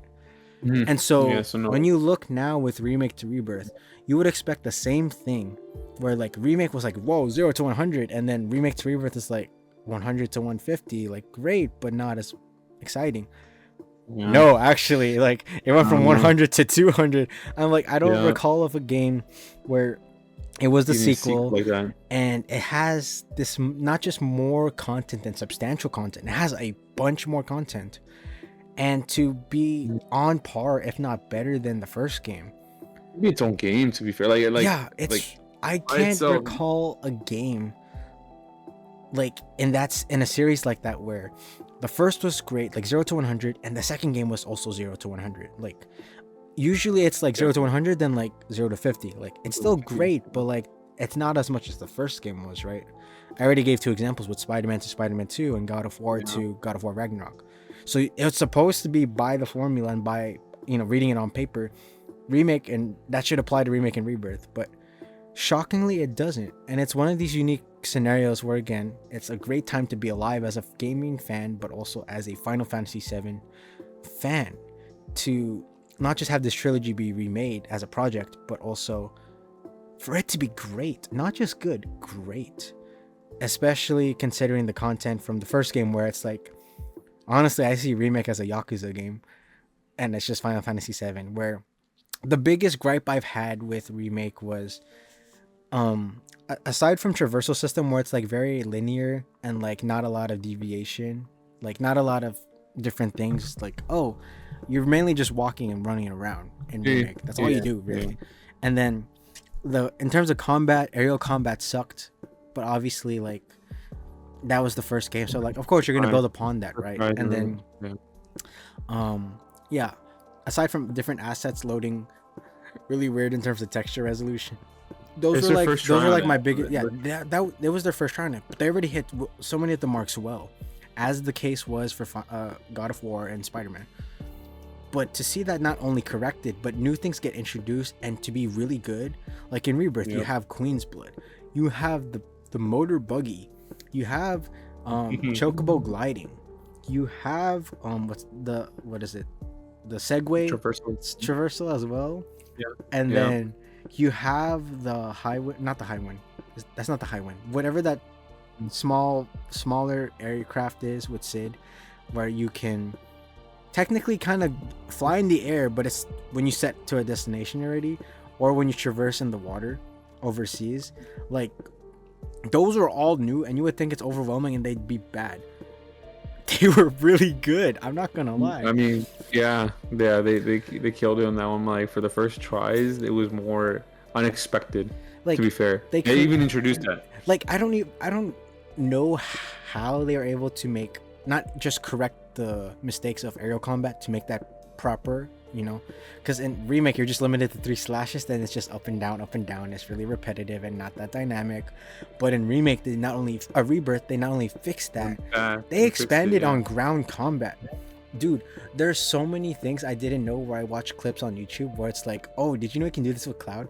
If you switch this from operator mode to Punisher mode, then you go up in the air. I'm like, I never knew you could switch from that mode to get up in the air. I'd always have to do dodge blade beams, then hold square to get to the air. I've never seen other people get up in the air like that. And team synergy abilities, my goodness. Not just limit synergy abilities, but just synergy abilities with other party members. They made it so unique and they made it so well. Oh my gosh. And in Rebirth, they've expanded on Remake's upgrade weapon system and material system, where, man, the weapon system in Rebirth and the folio system is great. I never thought, I was already fine. I honestly thought the Remake battles upgrade system was good. I never thought it could be better in Rebirth. Like, the folio system is a great upgrade system. I never thought they could make it better. And then, I mean, there's so, oh my god, we just wait for more. Yeah, we just the wait for more now. mini games. My gosh, the mini games are so good. And Queen's Blood, my goodness, how do you make such a good card game and that's only a mini game? I tell you that. Also, one of my favorite soundtracks in the entire game. Just hearing that when you load up Queen's Blood, then it goes, dun, dun, dun, dun, okay. Dun, dun, dun. It's one of my favorite tracks, just because it's like so jazzy, so sneezy, and I'm just like, oh, you are a jazz person. There's no way this isn't a Final Fantasy game. I'm just like, there's no way it's this good, but also the card game is really good, man. I'm in the boat of fans where like they need to make this a real life card game. I would buy honestly. It probably is. At least a replica of it. I bet you now. So many things to talk about, but yeah. Yeah, I know. Oh, made me think. I'm gonna replay, bro. I'm like PS5. I'm like, maybe I should just open it up a little bit and see any files I have. Oh yeah. One other thing I wanted to mention that caught my attention when you were mentioning your side, especially with endings. So the ending of Final Fantasy VII, if you listen to an interview like some time way back then, they actually said it's a bad ending. Now, what they mean by that is there's no multiple endings in the game of Final Fantasy VII, but in the whole lore of it, it's considered the bad ending because they said they want a happy ending. They ultimately want a happy ending for these characters. And when you look at it with the context of like Advent Children as well, it is kind of bad. It is kind of sad because like you're infected with geostigma, and then like it's only after you beat Sephiroth that like you get healed from it. It's like, man. And like if you watch the movie Advent Children, like the setting of the world is like, it seems worse than it was in the original game. So that's their reasoning and justification for the original ending is the bad ending, and they ultimately want a good ending, and that's the correct that's ending, part of the reason they want the that is the correct thing. There's no multiple endings in the original. Yeah. So that's part of the reason they're doing the remake trilogy, is so they can get to a happy ending. And so I do believe one way or the other, however they get there, it's going to be a satisfying conclusion. Whether they hit X, Y, and Z for me or not, again, I trust them with what they've done already. I mean, they already exceeded my expectations with Rebirth. Like, the ending of Remake, I didn't know I was going to get a final boss fight against Sephiroth with one winged angel, and at the end you just throw me a dumpster truck of here's the end scene, pixel by pixel, frame by frame of Omni Slash. I'm like, what do I do with what do I do with this? I actually didn't know it was Omni Slash until my second playthrough, because after my first playthrough I was like so confused and trying to understand what's happening. So it forced me to replay, but in hard mode. So I was like, okay, completionist in me, get the platinum trophy, whatever. Yeah. That's where I started to pay attention more to the dialogue, to the music. And I was like, okay, why is the opening music of Final Fantasy VII Remake almost the same, but once there's this shadowy figure in the alleyway where Aerith looks to, it becomes more ominous, and you hear the Latin choir kind of say Sephiroth-ish type of stuff, and I'm like, what is happening? And then in the second chapter of Remake, when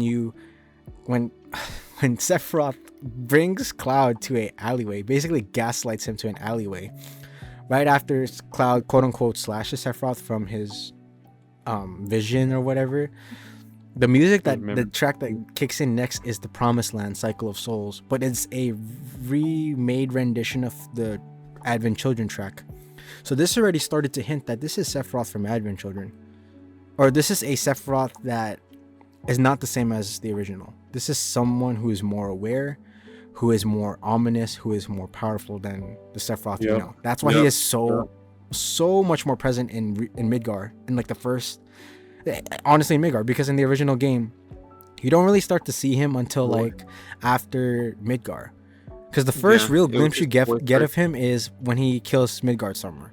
That's where you get the truth, like the first initial fear of like the Sephiroth guy is really scary. He's a real person. Because like you couldn't beat Midgard Summer, and the game forces you to like enter a cutscene, and then you just see Sephiroth slash Midgard Summer one strike, and then Midgard Summer gets impaled on a tree, and you're just like, what the heck? You don't know. Like now I actually have to fight you now. Okay. Yeah. Now I remember. So when I got to the ending of Remake, I didn't get it at first, so that's why I replayed it and I listened to the music, to the dialogue, and I realized along the way there were certain dialogue choices, like certain words that were being used, certain terms that were being thrown, and certain music that played during certain times that I was like, why is this playing? And then I got back to the point where Sephiroth you've beat Sephiroth, right? And then you get to that scene again where Cloud supposedly does Omni Slash, and basically Sephiroth blocks all of it, and he tells him you got 7 seconds till the end, blah blah blah. They're at the edge of the creation, which is practically the same location as the ending the final boss fight, where you select Omni Slash in the original game and you see you're like in this mysterious mystical like cosmos area region. That's what the edge of creation is to represent. It's basically mimicking the end of the original game. But what caught me off guard was the music, because in the ending of the original game, or basically in that final boss fight, you hear the Temple of the Ancients theme, which is the da da da da da da da, and that's the same theme, that same song, same track that plays when you are approaching Aerith when she's praying on her knees before Sephiroth impales her, right? And then but that's like the underlayer. What's on top of that is this ominous theme, and you realize this is Sephiroth's interference this time with it. And so you would think it's a different rendition of it, but that is true, but it's intentional, because now it's conveying to us that this is Sephiroth tampering with the Lifestream. It's Sephiroth remaking the timeline, essentially. This is the same Sephiroth that you see from Advent Children. And there's actually there's 2 light novels called Lifestream White and Lifestream Black. Lifestream White is it's meant to represent Aerith post Advent Children, and like how her involvement with what her involvement with the Lifestream is and how it goes. And then Lifestream Black is the same thing, but it's for Sephiroth. And those two, while they're only small novels, they give substantial information to Remake and how Aerith and Sephiroth play out. Because you would think this is the same game, like, oh, the same things are going to happen. Like, no, these two become super hyper aware of what things are going on way earlier in the game than they're supposed to be. And you're just like, why is Aerith saying such weird things? Why is Sephiroth appearing at such weird times? It's intentional, because they know the events of the past. So this becomes an alternate timeline, an alternate reality. That's why it's not just Remake to remake the game, but it is Sephiroth's intentions to remake the timeline. And Aerith is trying to prevent that, or at least prevent it coming to full fruition. They're both kind of like fighting, aware. Same important dynamic again with these two.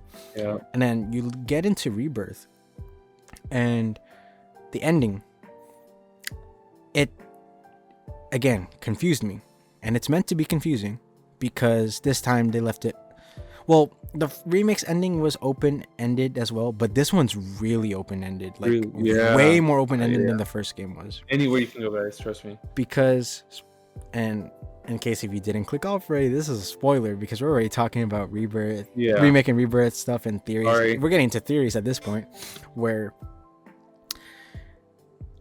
you see a scenario where Cloud does deflect Sephiroth's strike and save Aerith.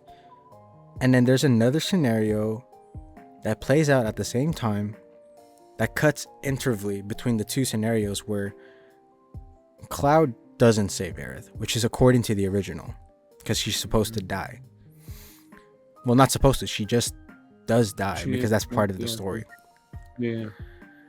So the ending of that game confused me because one, I was like, okay, I'm seeing two different things. What is happening? Is one a manipulation of Cloud's mind, and is the other actual reality? And then I was like, okay, so let me fight Genova and let me process the death of Aerith, ? But I was so confused because the rest of the party is so ticked off, right? Of course, like, they just lost Aerith, but Cloud's like so calm and nonchalant about it. I'm like, I don't understand. So then I played through it, like, okay, then what's caught me off guard was when we're on the edge of creation again and we get the Omni Slash scene, like starting of the Omni Slash scene with the white flash frames again, but this time Zach's in the picture, and I'm like, what the? I wasn't expecting Zach to get in here with me. I thought I thought they were gonna save that for the third game. That's what I thought with Zach's with the ending for Remake. That's what I thought for the ending of Remake with Zach now living. I thought they're like indicating, oh, Cloud and Zach are gonna reunite in the third game to fight Sephiroth. I was so thrown off guard when I saw that in the ending of Rebirth, or the final boss fight for Rebirth. I was like, why? What? This is now? This is now? We're fighting now? So I was geeking out, but I was like, what is happening? Because it's like that dumpster truck again, that dump truck on you of exposition. Because the 95% of Remake is perfect, it's understandable pretty much, and then the last 5% is like dump truck chapter 18. Fight these arbiters of fate and whispers, and like, oh, Advent children may happen. Oh, Aerith may die. It's like, why? And then you get Omni Slash. I'm like, what is happening? So same thing for Rebirth. 95% of the game is great and understandable. Then the last chapter, which is the final boss at the Temple of the Ancients, the last 5% of the game is just dump truck exposition again, where you're like, I don't know what's happening. There's so many things. And I'm like, okay, so I fight Sephiroth, and then now Sephiroth separates Zack and I referring to Cloud, and then Sephiroth becomes huge and it becomes Bizarro Sephiroth, or Sephiroth Reborn. I was like, we're doing these now? I thought this was saved for the third game as well. Because because when I saw it wasn't bad that we got thrown that, but yeah, I could have waited. Yeah, because I thought with Bizarro Sephiroth, or Sephiroth Reborn, because that's what Rebirth calls him, you do fight him in that form in the original game, but I thought they were saving that for the end because that's like Sephiroth's final form, pretty much. Like, I was like, I thought again they were gonna save that for the third game. Apparently not. So I'm again in shock fighting Sephiroth Reborn, and then I enjoyed the dynamics with the other versions of Sephiroth that I'm fighting against with Zack and as the rest of the party, especially the part where Sephiroth Reborn, when you had to aim at the wings and there were colors. I didn't get it at first. Until I realized, oh, I need to pick the weaknesses of the elements. Because I always thought red. Because I thought when his weaknesses, when the colors of his wings were like red, I always thought, oh, I need to use fire, I guess, to color coordinate with it. But no, it took me like 2 minutes to realize, oh, I need to pick the weaknesses of the element he's picking, because that's his affinity. I didn't realize that. To be fair, from the reaction, I remember it was red, and it went blue, and then it Omni Slash, and I'm like, oh, it's just what. Okay, fair, that's true. Opposite element, Yeah, because you thought you match it. I thought you thought you matched it. Okay. It doesn't explain to you. Just like, oh, I guess pick it. So, but then I realized I was like, it's no damage or like null. I'm like, oh, so you want me to pick the opposite? Got it. Fair. That was really cool. I enjoyed that dynamic. But then we get to the final boss fight, where you get to the this is still a final boss fight, but you get to the final phase of a 12-phase final boss fight, which I enjoy. It was great, honestly. How long did it last you? It lasted me like an hour and a half. Yeah. Just to complete that 12-phase boss fight, and that's not leading up to starting the chapter, to getting through that, walking through the trees in the forest, to getting to Aerith's prayer. Like, no, just for the fight, the start of the fight alone, all the way till the end of the fight, it's like an hour and a half for me. That's But then save again, you. I was on dynamic mode, so it was like the hardest mode before you got Yeah. unlocked hard mode. So I'm like, no, 45 minutes to an hour for me. That makes sense. yeah. Yeah, I thought it was the longest. When I got to the very final phase, Oh where my you see gosh. Sephiroth with the one wing, like this, I'm okay. This is Advent Children vibes. Just when I said that to myself in my head, the music kicks in. I'm like, oh, it's Advent Children with the electric guitar. It's One Winged Angel with the electric guitar. This is Advent Children. Oh my And gosh. specifically, you remember if there's a move he does where if you get hit by it, you get impaled, and it's reminiscent of the scene where Cloud gets impaled in Advent Children. Yes. Yeah. Yes. So yes. I reacted to that so shockingly, but it was when A geek. Cloud didn't get impaled first. Oh, Aerith got impaled. So I was when I saw the that reverse. first, I paused the game. I was like, no. Yeah. There we go, dude. I did. Yeah, I know. No. There we go. I said this is fan service. This is fan service, and then I took it in. I know when I remember pausing and I was still seeing the scene, and so I just like, okay, let me see that, and then I'm paused. Okay. I was So I like, wasn't there's alone. no way. There's no way. I think there was an extra factor because it was Aerith first. I was like, no. Okay. not Aerith, Okay. no. No. Wait. Fair. But then Fair. after that, like I beat Sephiroth, then I watched the game, like the final scenes before the end credits. And I didn't get it at first because I was like, okay, so Aerith is dead? ? But then Cloud's the only one who seems opposite about it. Like everybody's down, but Cloud's like, oh, let's keep going, like as if nothing happened. And then you get to the scene where they're outside, and Cloud somehow has the black materia again, and some Genova scene, like, you know, the usual scene where he has something mentally, like something's happening in his head. Yeah. That overlay effect takes in the cinematic, and he just infuses it with his Buster Sword, and I don't think the party knows he has it. And so this just pushes further into Cloud's I honestly think this ending gives us a darker state for Cloud than the original, because now Cloud's more mentally messed up. He has become more of an unreliable narrator, and now the party is more worried about him than ever. Yeah. Because the dude's like, oh, how do you know where Sephiroth is? And he's just like, oh, soldier's intuition or gut feeling. And like Tifa and Barrett already have the look on their face. I'm like, you are meant. Is he good? Something's good? wrong. Can we trust him? Something's wrong. Like very wrong. And they're still processing the death of Aerith, but he seems to be like, that's what weirds out the party about him. It's just like he's the only one not grieving, because the game projects two different realities, where one is where she lives and one is where she dies. But it seems to be that Cloud is the only one who sees the other reality, quote unquote. So I didn't understand it at first. So then again, like Remake, I convinced myself to play the game again, but in hard mode, again, completionist. And Lord, this took so much longer this time to get platinum. Took me 85 hours to platinum Remake, and it took me like about 35 hours to beat just the main story. So it's like not that bad, not that grindy compared to a typical JRPG.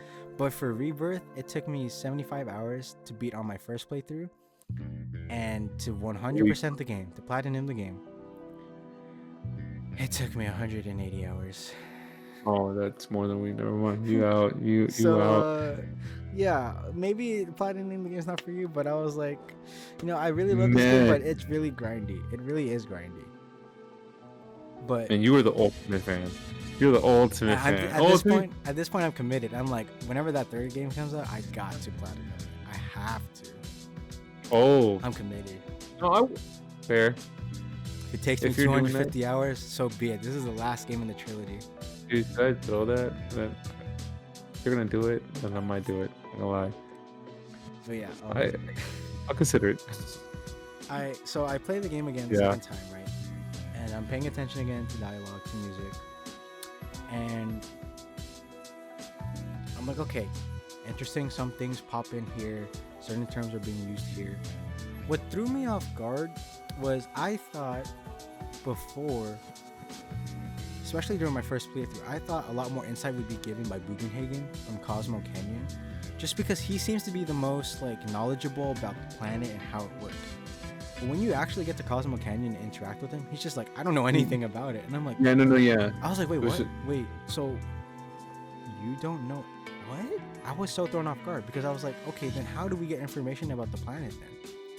Oh, that's okay. That's how you took it. I remember. I was like, I remember. I thought I was gonna get an explanation, like yeah, in more detail. But when he didn't, I'm like, okay, kind of dumb. I think I was like, you're useless to my mission right now. Because I'm like, out of all the people, it would be Bugenhagen to explain like everything about the planet, or at least he would be the most knowledgeable candidate. Knowledgeable of the planet, maybe not of more of the planet, just things of the planet. Yeah, but like out of everyone like that you could possibly interact with, he would be the person. So I was really thrown off guard. Like, you're giving me like you don't know anything about it, or you really don't know anything about it. I'm like, huh? So I was like, how do we get information then? And then what revealed that like that new information kind of was when you got to the Gungaga region and you encounter the weapon, one of the weapons, and where Tifa falls into the life stream, and then the weapon spits her out again. So at that first playthrough, I didn't get that again because I was like, well, one, this was new. This has never happened in the original before. But two, what is happening here? What is new? Why is this important? Then I realized the music that's playing. It's the Temple of the Ancients theme again. So it's something to do with Aerith influencing us subtly that there is something important about the life stream, the memories and the knowledge from the life stream, and how the weapons are connected. And I do believe the weapons, along with the Knights of the Round Table, will be crucial to the third game. Like they will be like not just side content, they will actually be main content. Yeah. Same thing with Wutai, how we couldn't go there for this Rebirth. Content. They're going to be, I think Wutai is definitely going to be important in the third one. Same thing with the Knights of the Round Table. But essentially after that, I got again to the ending, and I was like, okay, I get what's happening now, where Sephiroth, his intentions this time, aside from the title of being reborn, he wants to bring different timelines into the picture, which is why you get this quote-unquote multiverse, or like multiple timelines, whatever the term may be.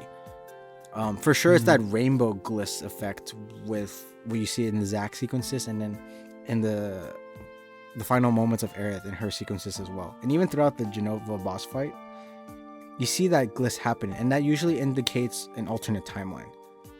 And so you see that glistening effect, especially when Cloud deflects or basically blocks the strike. Those take place. But when it's sequences where it's actually like Aerith bleeding and like she seems dead, those glistens are gone. For the times it phases out and it switches between the two scenarios, those specific scenarios where it happens to the original, the rainbow things are not present. But to the parts where she's alive and Cloud doesn't seem to be crying, those rainbow glistenings are present. Yeah. And that so makes sense. I realized that. Also, another thing that I paid attention to, I realized remember in Remake, the final chapter, when you start it, with this whole big wall of whispers, they enter the white portal. Like the whole party enters that white portal, right? Before fighting all these big whispers and stuff like that. So I realized the same portal happens, but who enters the portal? Do you remember who enters the portal? It's not Tifa, no. There's only one person. Wait. There's only one person. Yeah. No, not quite sure on that one. Who's the one who goes down to Aerith? Isn't it what's his name? No, I'm blanking out. Cloud first, but it's just like as in like, don't go first. Let me go. Kind of soldier mode. Yeah. So Cloud enters that same portal, but you realize Cloud's the only one to enter this time. Because you realize once Aerith gets impaled, the wall of whispers go down, and they're able to enter and go down to the Temple of the Ancients, because that wall was preventing the rest of the party. But I realized that there has to be a reason why that portal only showed up and why Cloud entered it. And then I read some forums about that where the speculation is Cloud is able to see both realities because he's the only one who entered portal to defy destiny. Because in the first game, the whole party enters it because they want to defy destiny. But for some reason, Cloud this time is the only one to enter it. And the rest of the party comes later, but they don't enter through that white portal. Cloud's the only one who does. So people are speculating, and I think there's fair evidence to back this up, where because he's the only one who entered that white portal wanting to defy destiny, because he already has forewarnings beforehand that something bad's gonna happen to Aerith. He wants to protect her. So that's why he tries to block Sephiroth, and that's why people are saying because of that he's able to see two scenarios. One where Aerith is dead and one where Aerith is alive. But he's clinging on to the one where Aerith lives because he wants to believe he succeeded. That's why he looked also worried, no. Yeah. Okay, that makes sense. So while the rest of the party only see one reality, which is the same as the original, she's dead. Yeah. And people also are speculating that, okay, maybe not, maybe yes, that the portal had an effect to it where Cloud was the only one who wanted to defy destiny. But maybe when Sephiroth impaled Aerith, also maybe it could be a manipulation of Jenova because Cloud's also really mentally unstable. And people were speculating that the Aerith he's seeing alive is actually just a projection of Jenova. Because if you remember, or if you rewatch the ending cinematic, there's some weird dialogue Aerith says that kind of, I guess you just wouldn't normally hear Aerith say. Because if you remember near the very end, before the aircraft takes off and they head to the northern crater or whatever, Aerith's like, oh, promise me you have to beat Sephiroth. And Cloud's like, I promise. And then Aerith's like, you promise? And I'm like, out of all the Aerith isms I've seen, I've never seen her act like that. I've never seen her like that. I do remember that. Okay. And so I was like, is the Aerith he's seeing not Aerith, but it's just a projection of her from Jenova. Yeah. So I'm like, what? And people were connecting it to the black materia. Maybe that's why he has the black materia. He's being manipulated to have the black materia. Sad, bro. So I got that. That's why I'm saying the ending of Rebirth is more dark than the original game, because Cloud's worse than he was. Because remember, with Cloud in the original game, they're able to formally mourn and grieve for Aerith, because you have that scene in the water in the lake where he puts her body to rest, and there's also some dialogue scenes where he was holding Aerith in her arms, where you can hear you can read it out loud, right? Yeah. In Rebirth, it does kind of show, but you only see his mouth moving. You don't hear it audibly, because it's switching back to the reality and the other reality where she dies and she lives. But for some reason, there is no scene of Cloud holding and putting Aerith's body to rest. Why? Because he doesn't believe she's dead. He doesn't. So the question is, people have now is, where is Aerith's real body? 2, what is that? What is that other version of Aerith then? Is that really Aerith, or is that a projection of Aerith from Jenova? And then the last thing I learned from the ending, or the boss fight, was you know how Aerith enters from the portal and she's like, thanks for saving me back there, and then she joins you to fight Sephiroth one last time. I thought it was the same Aerith. It's not the same Aerith. So the start of that chapter, you remember Aerith, you're chasing Aerith through the forest or something. So that is Aerith from Rebirth timeline.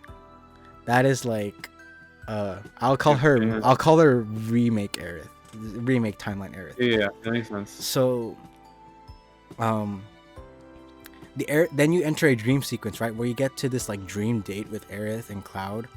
So that Aerith, people are speculating, and I kind of believe this too, it's that this is original omnipresent Aerith. This is the omnipresent Aerith. That makes sense. The same Aerith that you read in the light novel Lifestream White, who is very like omnipresent, omni-aware, omniscient, and like is up on par with this new Sephiroth that's also omnipresent, omniscient, and omnipotent. Yeah, okay. So you get that's the real- that's Omni Aerith. But then you get back, wow. and with Omni Aerith, you get the white materia from her that's filled. Because remember before the remake Aerith, her white orb was empty because she said the whispers steal memories. And so she lost the what was inside that white materia, and it's just now a transparent material. So Omni Aerith has the white material, gives it to remake Aerith. No. And that's how Aerith, that's why it's the same Aerith you see praying on her knees, is able to start summoning holy. Yeah. At least the prayer to summon holy, right? And then you get to that boss fight, that final phase in the boss fight. That's not remake Aerith, that's Omni Aerith. So Omni Aerith joins US Cloud to fight Omni Sephiroth. And so the end of that is Omni Sephiroth loses, but actually he wins because Cloud is meant in a worse mental state than ever. So then the question still begs, which version of Aerith are we seeing? Because we know for sure, the Sephiroth we just saw and beat is Omni Sephiroth. But the remake timeline Sephiroth, or like the OG timeline Sephiroth even, his body's up in the Northern Crater. It's still there, bro. Like the original. You've never seen Sephiroth's physical body until you get to the Northern Crater, like the original. Because you're just seeing visions and projections of Genova's manipulation from Sephiroth in the original. Same thing here with Rebirth, but now it's worse. Because now I don't know what he's seeing still, but it's Aerith. I just don't know if that's real Aerith or manipulation Aerith or Genova Aerith. I don't know. But Cloud's in a much darker state than the original, because he didn't grieve Aerith. He thinks Aerith's still alive, or at least somehow he's able to see her. But the party is total 180 of him. And now Sephiroth has all the intention to return. I'm not using it as a pun for the third game, but if you see it throughout the entire compilation of the game, like original, Before Crisis, Ever Crisis, Advent Children, Dirge of Cerberus, there's always this theme of Sephiroth returning. And I think if they named the game, the third game, Return, it's really fitting for Sephiroth just like being present beyond the first game. He's always kept reappearing one way or the other. And so I don't think it's a coincidence his intentions are to return. I mean, at least mentioning to it. At least. I mean, I wouldn't mind, but still. Yeah. That makes sense. So basically, 3 questions still remain. And I'll close with this, Luis. And you can add on to these as well. So these are like for theorizing, not just from Remake and Rebirth, but people are kind of looking back on the previous lore as well to see like, oh, does this connect to new things as well from Rebirth and Remake?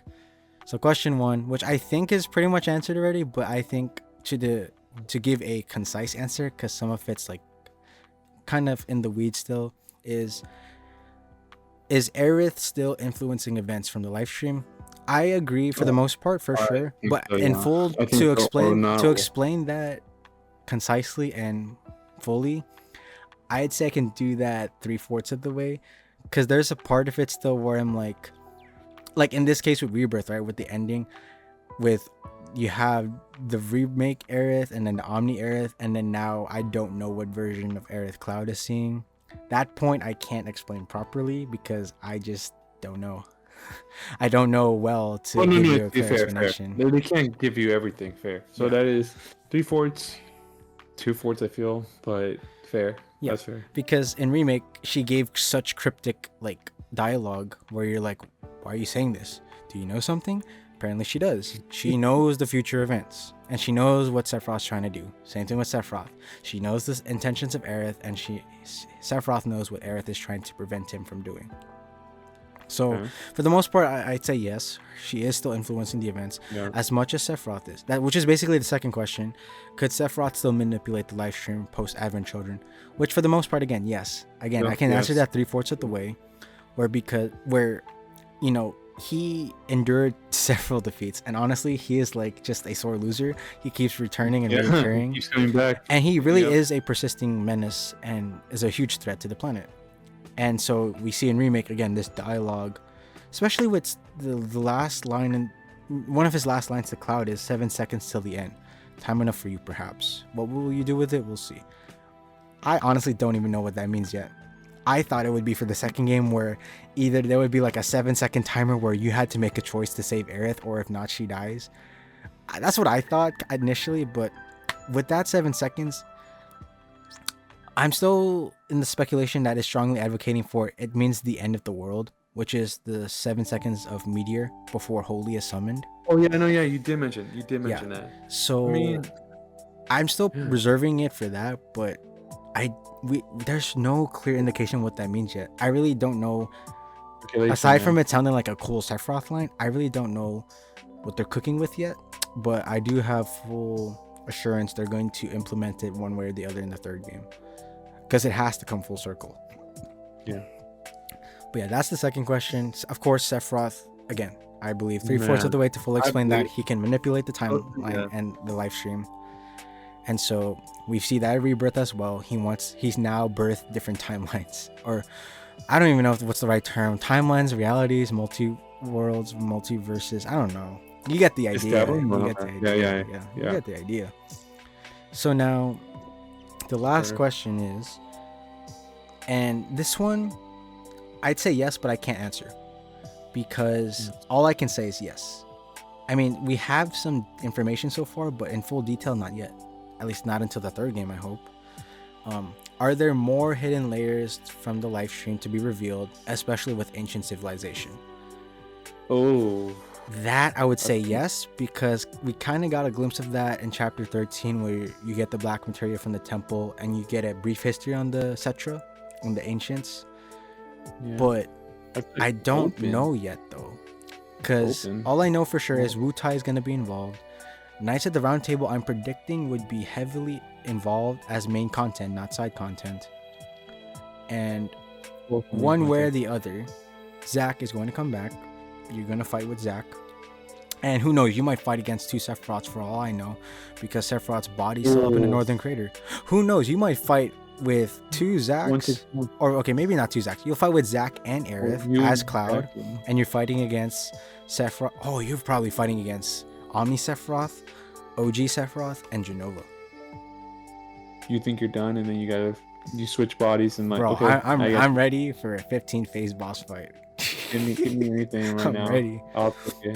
But I will say, before I give it to you, Luis, for any of those 3 questions, if you want to expand, here's my extreme prediction.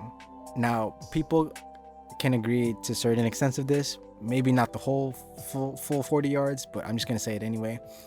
Yeah. I'll preface it with that ultimately this is going to lead to a happy ending, and I do believe that. And part of that makes me predict that the end of the game will have to have Sephiroth's death and cease to existence, along with Cloud's death and cease of existence. Yeah. Yep. And the reason why I say that is because that's the only way for Genova. The Genova cells are in Cloud already, and Sephiroth he has influenced Cloud so much that basically he's his pawn.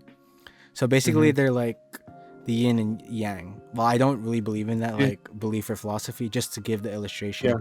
They're two sides of the same coin. What can I say? Oh my gosh. No, I would agree. I honestly, sadly enough, would agree to that, because you do have to get rid of the last bit of that virus, to be fair. Yeah, because really the only remnant of Genova cells are in Sephiroth and in Cloud. So it would be a bittersweet ending, but I would also argue it's kind of like honestly, I would say like Remake is like Avengers 1 and 2, and then Rebirth's like Infinity War, and then the third game's like Endgame. Oh my god. Where I do believe Cloud will do the sacrificial act. And I do believe it would put a sweet bow, even though if it's bittersweet, it would put a good sweet bow on his character arc, where he truly redeems himself. And yes, he does not get to, if that does happen, he doesn't live. It puts the cease of Sephiroth's existence to an end. The rest of the party lives. and he actually goes out on his own terms, not just living out as Zack's persona or thinking he's Zack. Like, he's living as Cloud and he's going out as Cloud. He's embraced who he truly is, yet while honoring Zack, while honoring Aerith, and saying, hey, I'm not here to grieve your losses. I'm here to actually move forward, and I'm ready to give it my all. Because you've seen Cloud in Advent Children where like he still hasn't really given that over until like near the end. It's like, okay, he's relaxed, but we don't see much after that, right? And that's basically Cloud struggling in Remake and Rebirth. He's still struggling with who he is, and of course with the manipulation of Jenova and Sephiroth, of course, but just to be himself and to come to terms with that the life he's living has been a lie, but that's not to say he can't change it. Yeah. Who knows? I'm not, I, of course, another part of me doesn't want Cloud to die, because I honestly want him to have a happy life with Tifa. I'm just saying, where like the ideal reality is Zack and Aerith are reunited in the live stream, and then if Cloud lives, then it's Cloud and Tifa, right? Yeah. And then Barrett with Marlene, and Red 13 with his family in Cosmo Canyon again, or not the whole family, but the tribe. And Yuffie back to Wutai, and maybe Vincent back to Shinra Manor or whatever. Basically, that's what I'm thinking of as the ideal happy ending. But if it were to be the real happy ending, I think it's more likely Cloud and Sephiroth die. No, like I know you want to give the question. I legit have been agreeing with you. Like that's 100% like what I would agree to. So, man, the third one is just the one I'm telling you now. That's the one where I would also have. I can't even say yes. Happy ending wise, truly, I always knew and had the feeling that Cloud has to die because he's the embodiment. He is like the door. Like if you don't take him out too, Sephiroth will find a way to go with him. Like, okay, yeah, I still have a door there. So because we already saw that in Advent Children. Dude literally spawned. Well, yes, the three, Yaz, Kadaj, and Kaz, Laz, and Yazoo. Those three are remnants of Sephiroth's OG body. It still was manifested through Cloud because he has the Jenova cells, and he just is still being manipulated, right? So he's a doorstep. Yeah, he is that key to Sephiroth. So yeah, to your point. I agree. I don't. Of course, people can be like, man, that would suck. But if you hadn't seen it for a while, if Sephiroth died, he would still find a way in. Then, yeah, because Cloud is legit his other side, yeah. So I know I already expected it. If it was gonna be a good ending, he has to die. Unfortunately, but this group, always moves on fast. So I've noticed from any death they always move on fast. But I know, yeah, just exactly the questions you were asking. The third one, I'm in the same boat. I'm barely saying yes, but I feel like it has so much more angles that can be taken by the third one. So I don't want to be like yes for sure, and then like no, see that there was a bunch of missing aspects of it. Yep. But no, yeah, it's pretty much the same thing I would say that you have. Yeah. Just really quickly, like to that third question, part of me is hesitant to explain that because going back to the Cetra, how like they were so wise and had so much knowledge, hidden knowledge even within the live stream, but because of Jenova crashed and destroyed most of the civilization.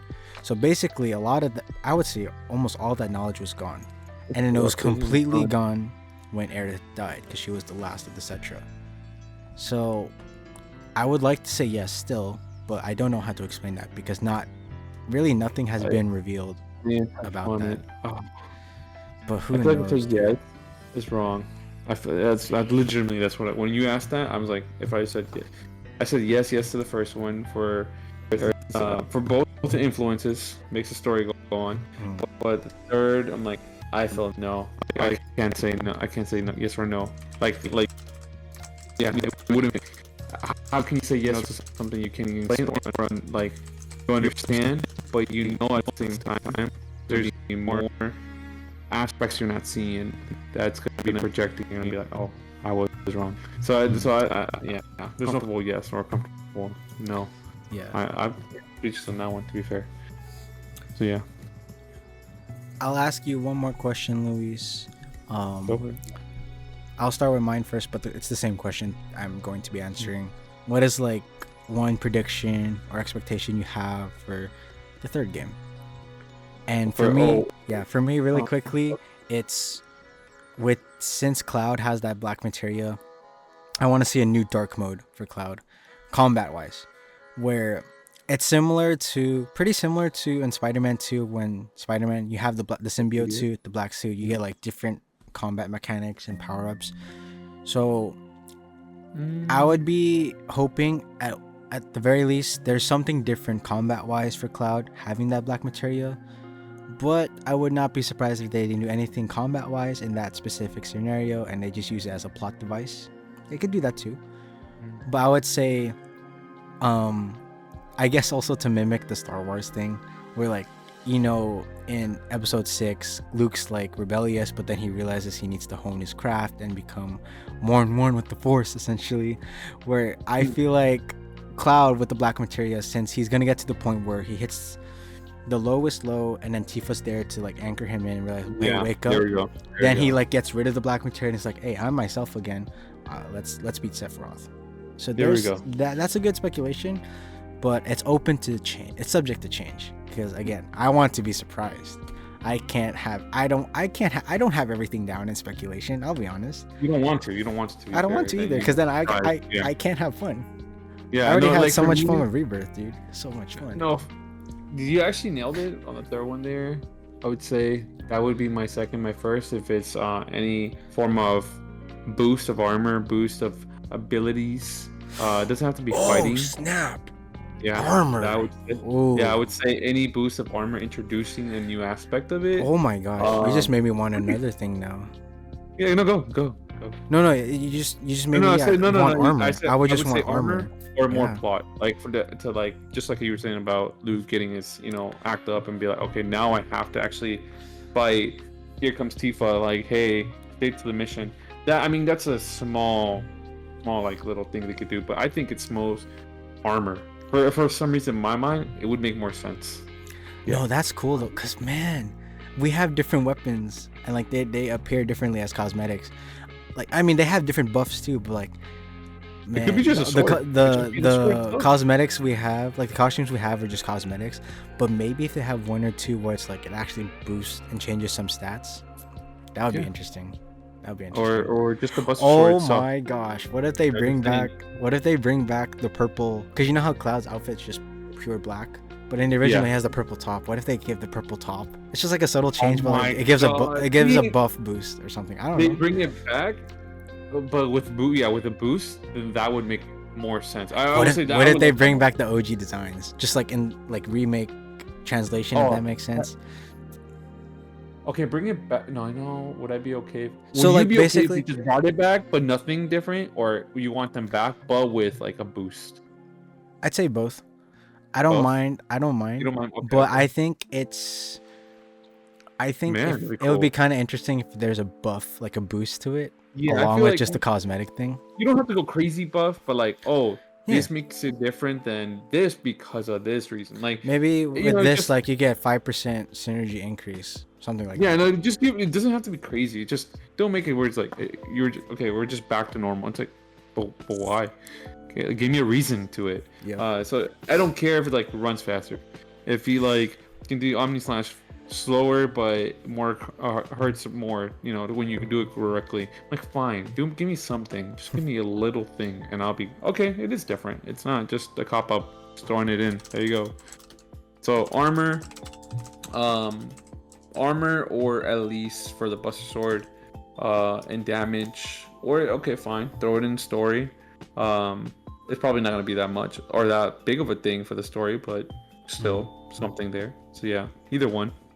I remember looking at this question, not this question, but in Reddit they did mention it, and I did think armor immediately. So that's I've been having that answer for a bit. Yeah, just really quickly before I give it to you, the full floor, Oh.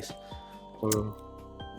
Remake and Rebirth are truly phenomenal games, and it's more enriched when you know the lore and the rest of the compilation before it. Like, whether you play through the games and watch all the movies, or you just hear a concise summary from somewhere else, YouTube or Reddit threads or whatever. Yeah. It is such a rich storytelling experience, such a vast world building environment, such an intimate character relationships and dynamics. True. And just to be able to experience this as a game, and even though I didn't grow up with the game as a kid, like when it came out, because I was obviously born after it came out. Yeah. Just to be a part of those fans as well who were like, who couldn't think before, like, this game with higher res graphics and textures, with like movie graphics, like CG graphics like that. The closest they've had, and for the longest time as well for me, was Advent Children. Until we got Remake and now Rebirth, it's like, man, we're living like, I think this is like a fake dream, man. There's no way this is possible. Like, just to live in this reality where the game looks this good, it looks like a movie. You're listening to the soundtrack, and it's like modern renditions of your favorite classic tracks in the original. Oh, I see. And there's more tracks now, more content than ever, and it's practically 1-to-1 for 85% of the game, with still the other 15% being new content to make it refreshing and a unique remake experience. And to be a part of that, even just as a fan and as a player, is so amazing. And I just, to close out on my end, I want to give a heartfelt thanks and a huge expression of gratitude to the development team at Square Enix, to the directors, to the music composers, to the storyboard writers, to the artists there, and to even the voice actors in both English and Japanese, like, just giving life to these characters as well. All of this blends together seamlessly and so well to give us players such a phenomenal and unforgettable experience. And it's impacted my life for sure. It's weird to say that about a video game, but in this case, it is such a unique experience, and one where when I hear somebody else as passionate about me, like with you, Luis, like, man, this is like the few times I'll be able to geek out about it, because it's just such an intricate series, but also, like, even on the surface level, it's beautiful. That's all I'm going to say, and I'll close out with that. I'll leave it to you, Luis. Fair. For me, I was born when it was being made, 97. So obviously I got to do it, I said 2005, 6, when I'm like, understandably, like, I can play a game, and I was trusted to play the game. So, but then I had to, like, pause because of, it wasn't my console, it was my uncle. So I'm like, okay, fair. Waited 2010 when I got, like, I can go back and play all the games myself. I have my own money now, so I can get my own console, my own games, get back to. I started with 2000 with the actual originals, so I had to buy an old consoles now, and so I'm like, oh, let's buy the retro consoles, quote unquote, and then start from that. So for me, the appreciation comes with the storytelling, because I never thought there could be that storytelling, because during that time it was just like, you just play the game by the next one of the next year. So it's still like that right now, where you just buy the game now, next year it'll come out, so you get the newest. And it got boring, to be fair. So it was a good refresher to get the game and then know that this is the final product and it's its own game. You don't have to buy like a bunch of extra, DLC. There is DLC, but it didn't feel like DLC you needed, but more like, if you really are invested in this game, you're gonna want it because it actually is good. Because usually DLC is just a little on the side and then you forget about it. No, and I'm so appreciative that these games are standalone games. I know they are meant in the same world, same style, but they, like, if you told me, hey, like, what, like, any of these games, just play it. I would enjoy either one, like, or all of them. Of course I can't speak for number 3 yet, but I'm glad about that, and I'm so thankful, like, learning more that the craftsmanship, that it's like I see why, like, it's such a good, like, reinforcement to, like, this is why this game is that good, because it's crafted. You know how when they say crafted by hand, and they, like, emphasizes how, like, unique that one thing is. Yeah, these are one of those games that were crafted by hand uniquely, not like ChatGPT, like, hey, make me a good game. You know, it's took its time, and it made me, if anything, makes me want for games to take more of their time. If that makes sense now. So when people are like, oh, 3 years for development, I'm like, dude, that's actually good. Like, it's short, but it's gonna pay off. And yeah, dude, like, I'm not actually even mad for the actual third installment to come out. Like, yeah, 27. Okay, cool. Yeah, some people are like, oh, that's too long. No, that's not long at all, to be fair. Push it next year, the year after, fair. I don't mind, because it's gonna be good. If anything, I would tell any person that is already play the games and, you know, or hearing it for the first time, be excited that it's gonna take a little bit longer, because that means it's only cooking to be better. Of course, it could flop, but I doubt it from their track record. Yep. Yeah, you know, anything can flop, anything can be bad, but I doubt it from their track record, which only gets me excited. And this is why I'm not even disappointed. 26, 27, whatever. If you give me a trailer, that's it. I'm not even mad. Like, awesome. The game does exist. At least I know that. But, like, it's not oh man, it's not coming out now. It's like, no, it's like, that's enough. You can tell me, and then, like, one of the developers can come in and just say, yes, we're making a game. That's enough. Like, I'm good. Because, yes, we know the game's coming out, but of course, surprises. No, it's not. It's never been made. Oh, man. But just getting that little, it is in the works, it's good enough for me. I'm glad, actually, now thinking and reflecting on this one, Joseph. Like, I'm glad that I didn't have to, like, be in 97, wait a year after.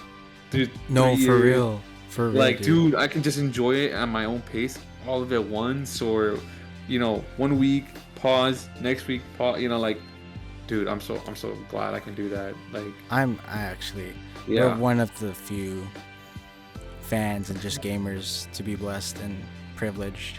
Because, yeah, like, I think there's a unique experience into being there old enough to experience the game for the first time. Yeah. But it's also like, man, you gotta wait till the next one comes out, then the next one, then the next one.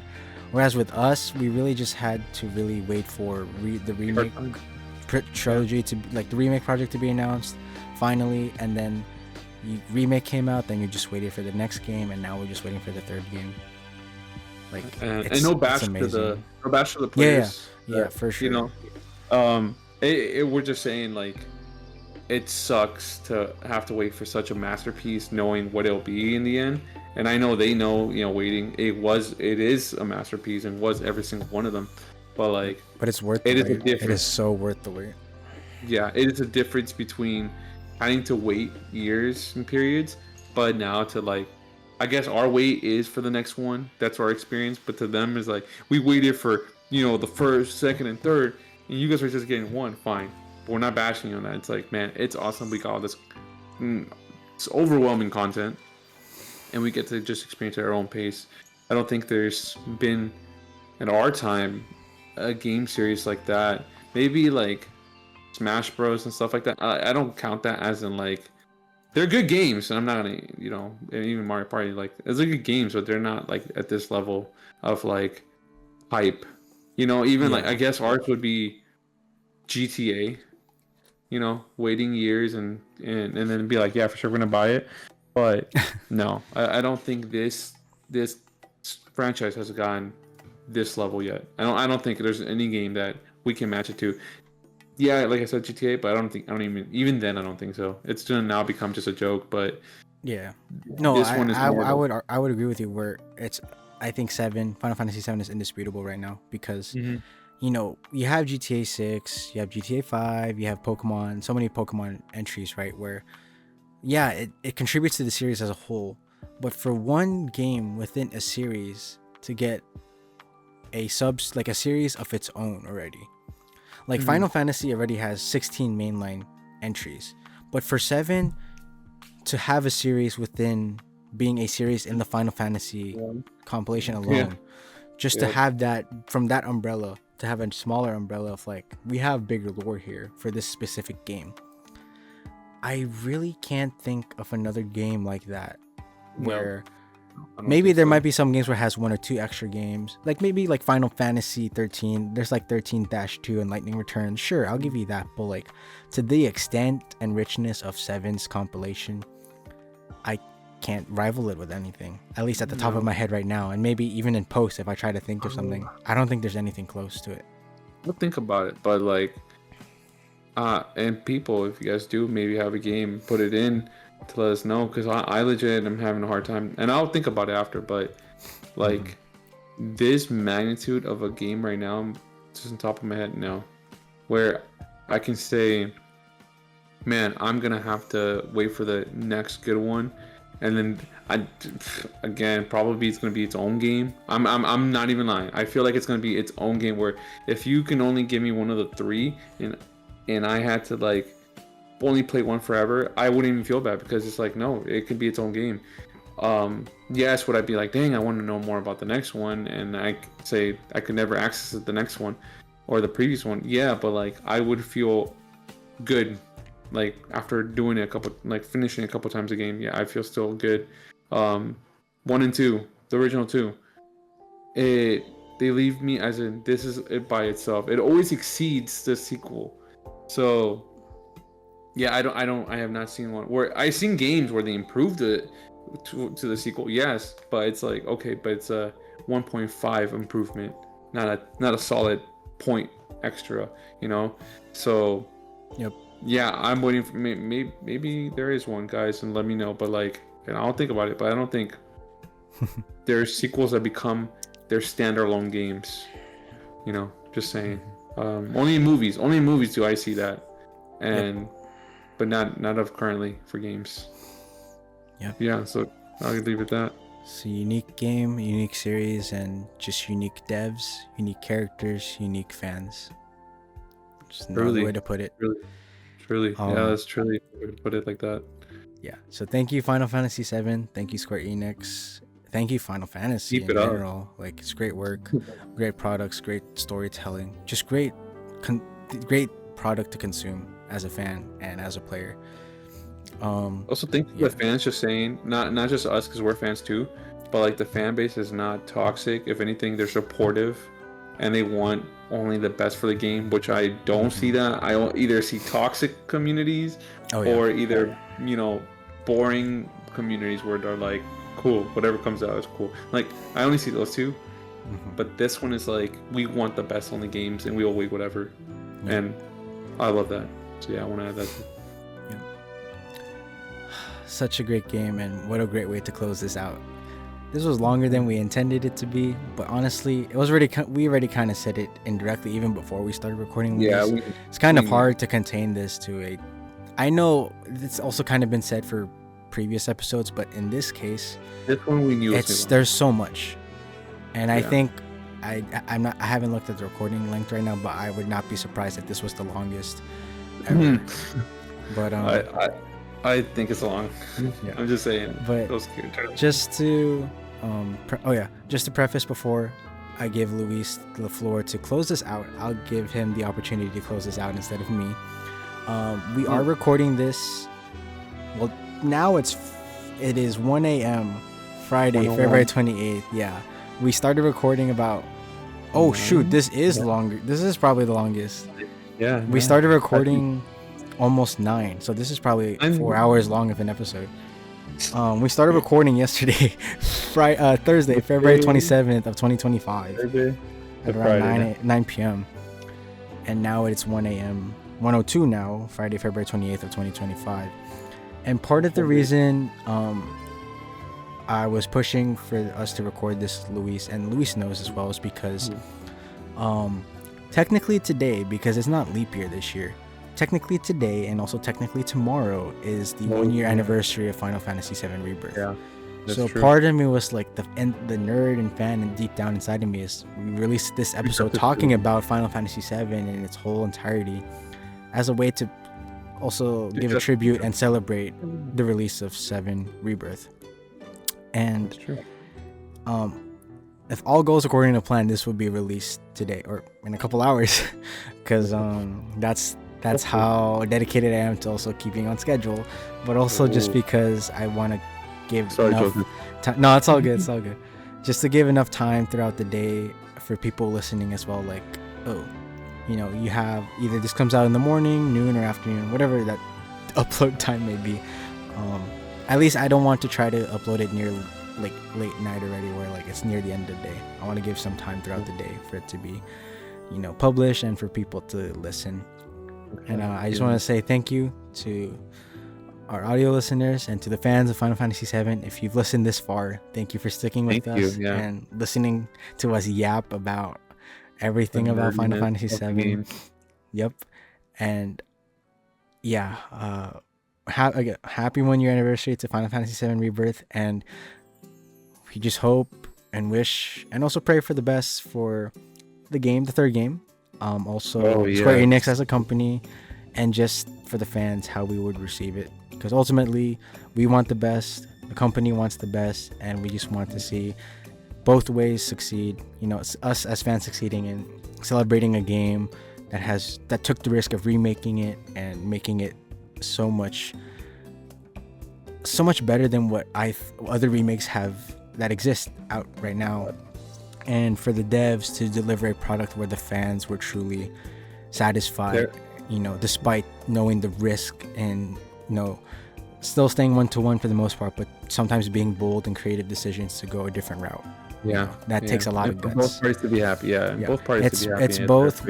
You know, it's sometimes a double-edged sword, but I truly believe you need to take some creative decisions and different directions to make a remake unique and fun. And engaging, because if everything's 1-to-1, I'll honestly tell you, if for people playing who play the original and they're playing a remake that is exactly the same, it's like, oh, you know what's gonna happen. There's nothing surprising other than that, like, oh, maybe new combat mechanics, new graphics, of course, that's great, but it really makes things new and refreshing and engaging if there are different things you didn't expect. And Remake has done that, Rebirth has done that, and I'm sure whether it's Return or the third game, it's going to surprise us, exceed our expectations, and give us a satisfying conclusion that has come full circle, and ultimately a happy ending for the characters and the world building. So yeah, with that, Luis, I give you the final words, whatever you want to say, and you will have the privilege this time to close us out for this episode. Well, okay, for words, I'm just hoping for the best game. Obviously, I think we all are, and I'm glad again the community is being supportive. I don't see, like, other than like let's hurry up. That would just, you know, those newcomers, which is understandable. Everybody probably does, you know, in this time era wants to hurry up and get things fast done. But I'm glad for those that are waiting and are willing to wait for it. So I'm glad for that community. Even though even the ones that want to hurry it up, I'm glad they're enjoying the game. If anything, I hope that when it comes out 26, 27, 28, whatever, that we all can just enjoy it and they can be proud of their work. Obviously, I know everybody so far has been proud of their work, and we've been proud of the work. So let's enjoy it. Let's keep cheering on for it and be happy no matter what comes out. Maybe an announcement, maybe a trailer, maybe a picture. So be it. Let's just be supportive of the team, so they can be happy at what they release and be wanting to release maybe more, maybe a DLC out of nowhere, right? So let's be that. But for closing this podcast, I hope you guys liked our not hour long but hours long podcast. But imagine if we kept it to 7 for Final Fantasy VII. Oh my god. That's the DLC episode. The DLC. No. Actually, we could have a DLC episode because I was gonna say a couple weeks from now we do have a concert to attend. So oh, yeah, we do have a yes, Final guys. Fantasy VII Rebirth orchestra concert to Orchestra, attend guys, next month. not digital. This is legit. This Like, is physical. We got to go to dude, a theater.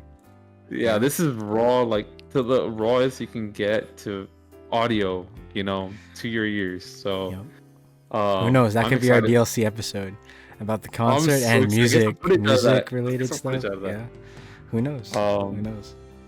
yeah, I hope some of the fans that really really love the game are gonna be there. I know most of them, but some people can just be like, hey, I like orchestra, so fine. But just closing it out, just know, guys, this is not the final podcast. We have some more in the works of keeping to the theme. Of course, like you just said, DLC, but just want to keep it as short as that, so we don't have to like give it all away. We want a little anticipation, but just know being the first is not going to be the last of gaming. Yeah, I want to leave it at that. I want to leave it to mystery and wonder. Yeah. Thank you, Luis. Thank you to everybody listening. Thank you to Guys. Square Enix. Thank you to Final Fantasy.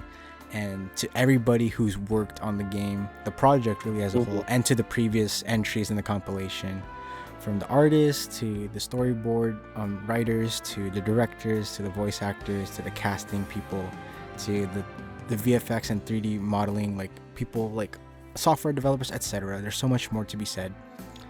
And also, and ultimately to the fans as well, who cherish this game, that acknowledge this game as well beloved and just well received. It is such a timeless classic and a game that just a series that just continues to expand and expand with such love and intention and creativity. And so with that, we just look forward to the many more and for the best for both the fans and for the devs. And we just can't wait to play the third game whenever it comes out. I know, Maybe whenever 2027. It would be great 2027 to celebrate the 30th anniversary, but no rush. If more time is needed, more time is needed. Rather have quality over quantity. So That's true.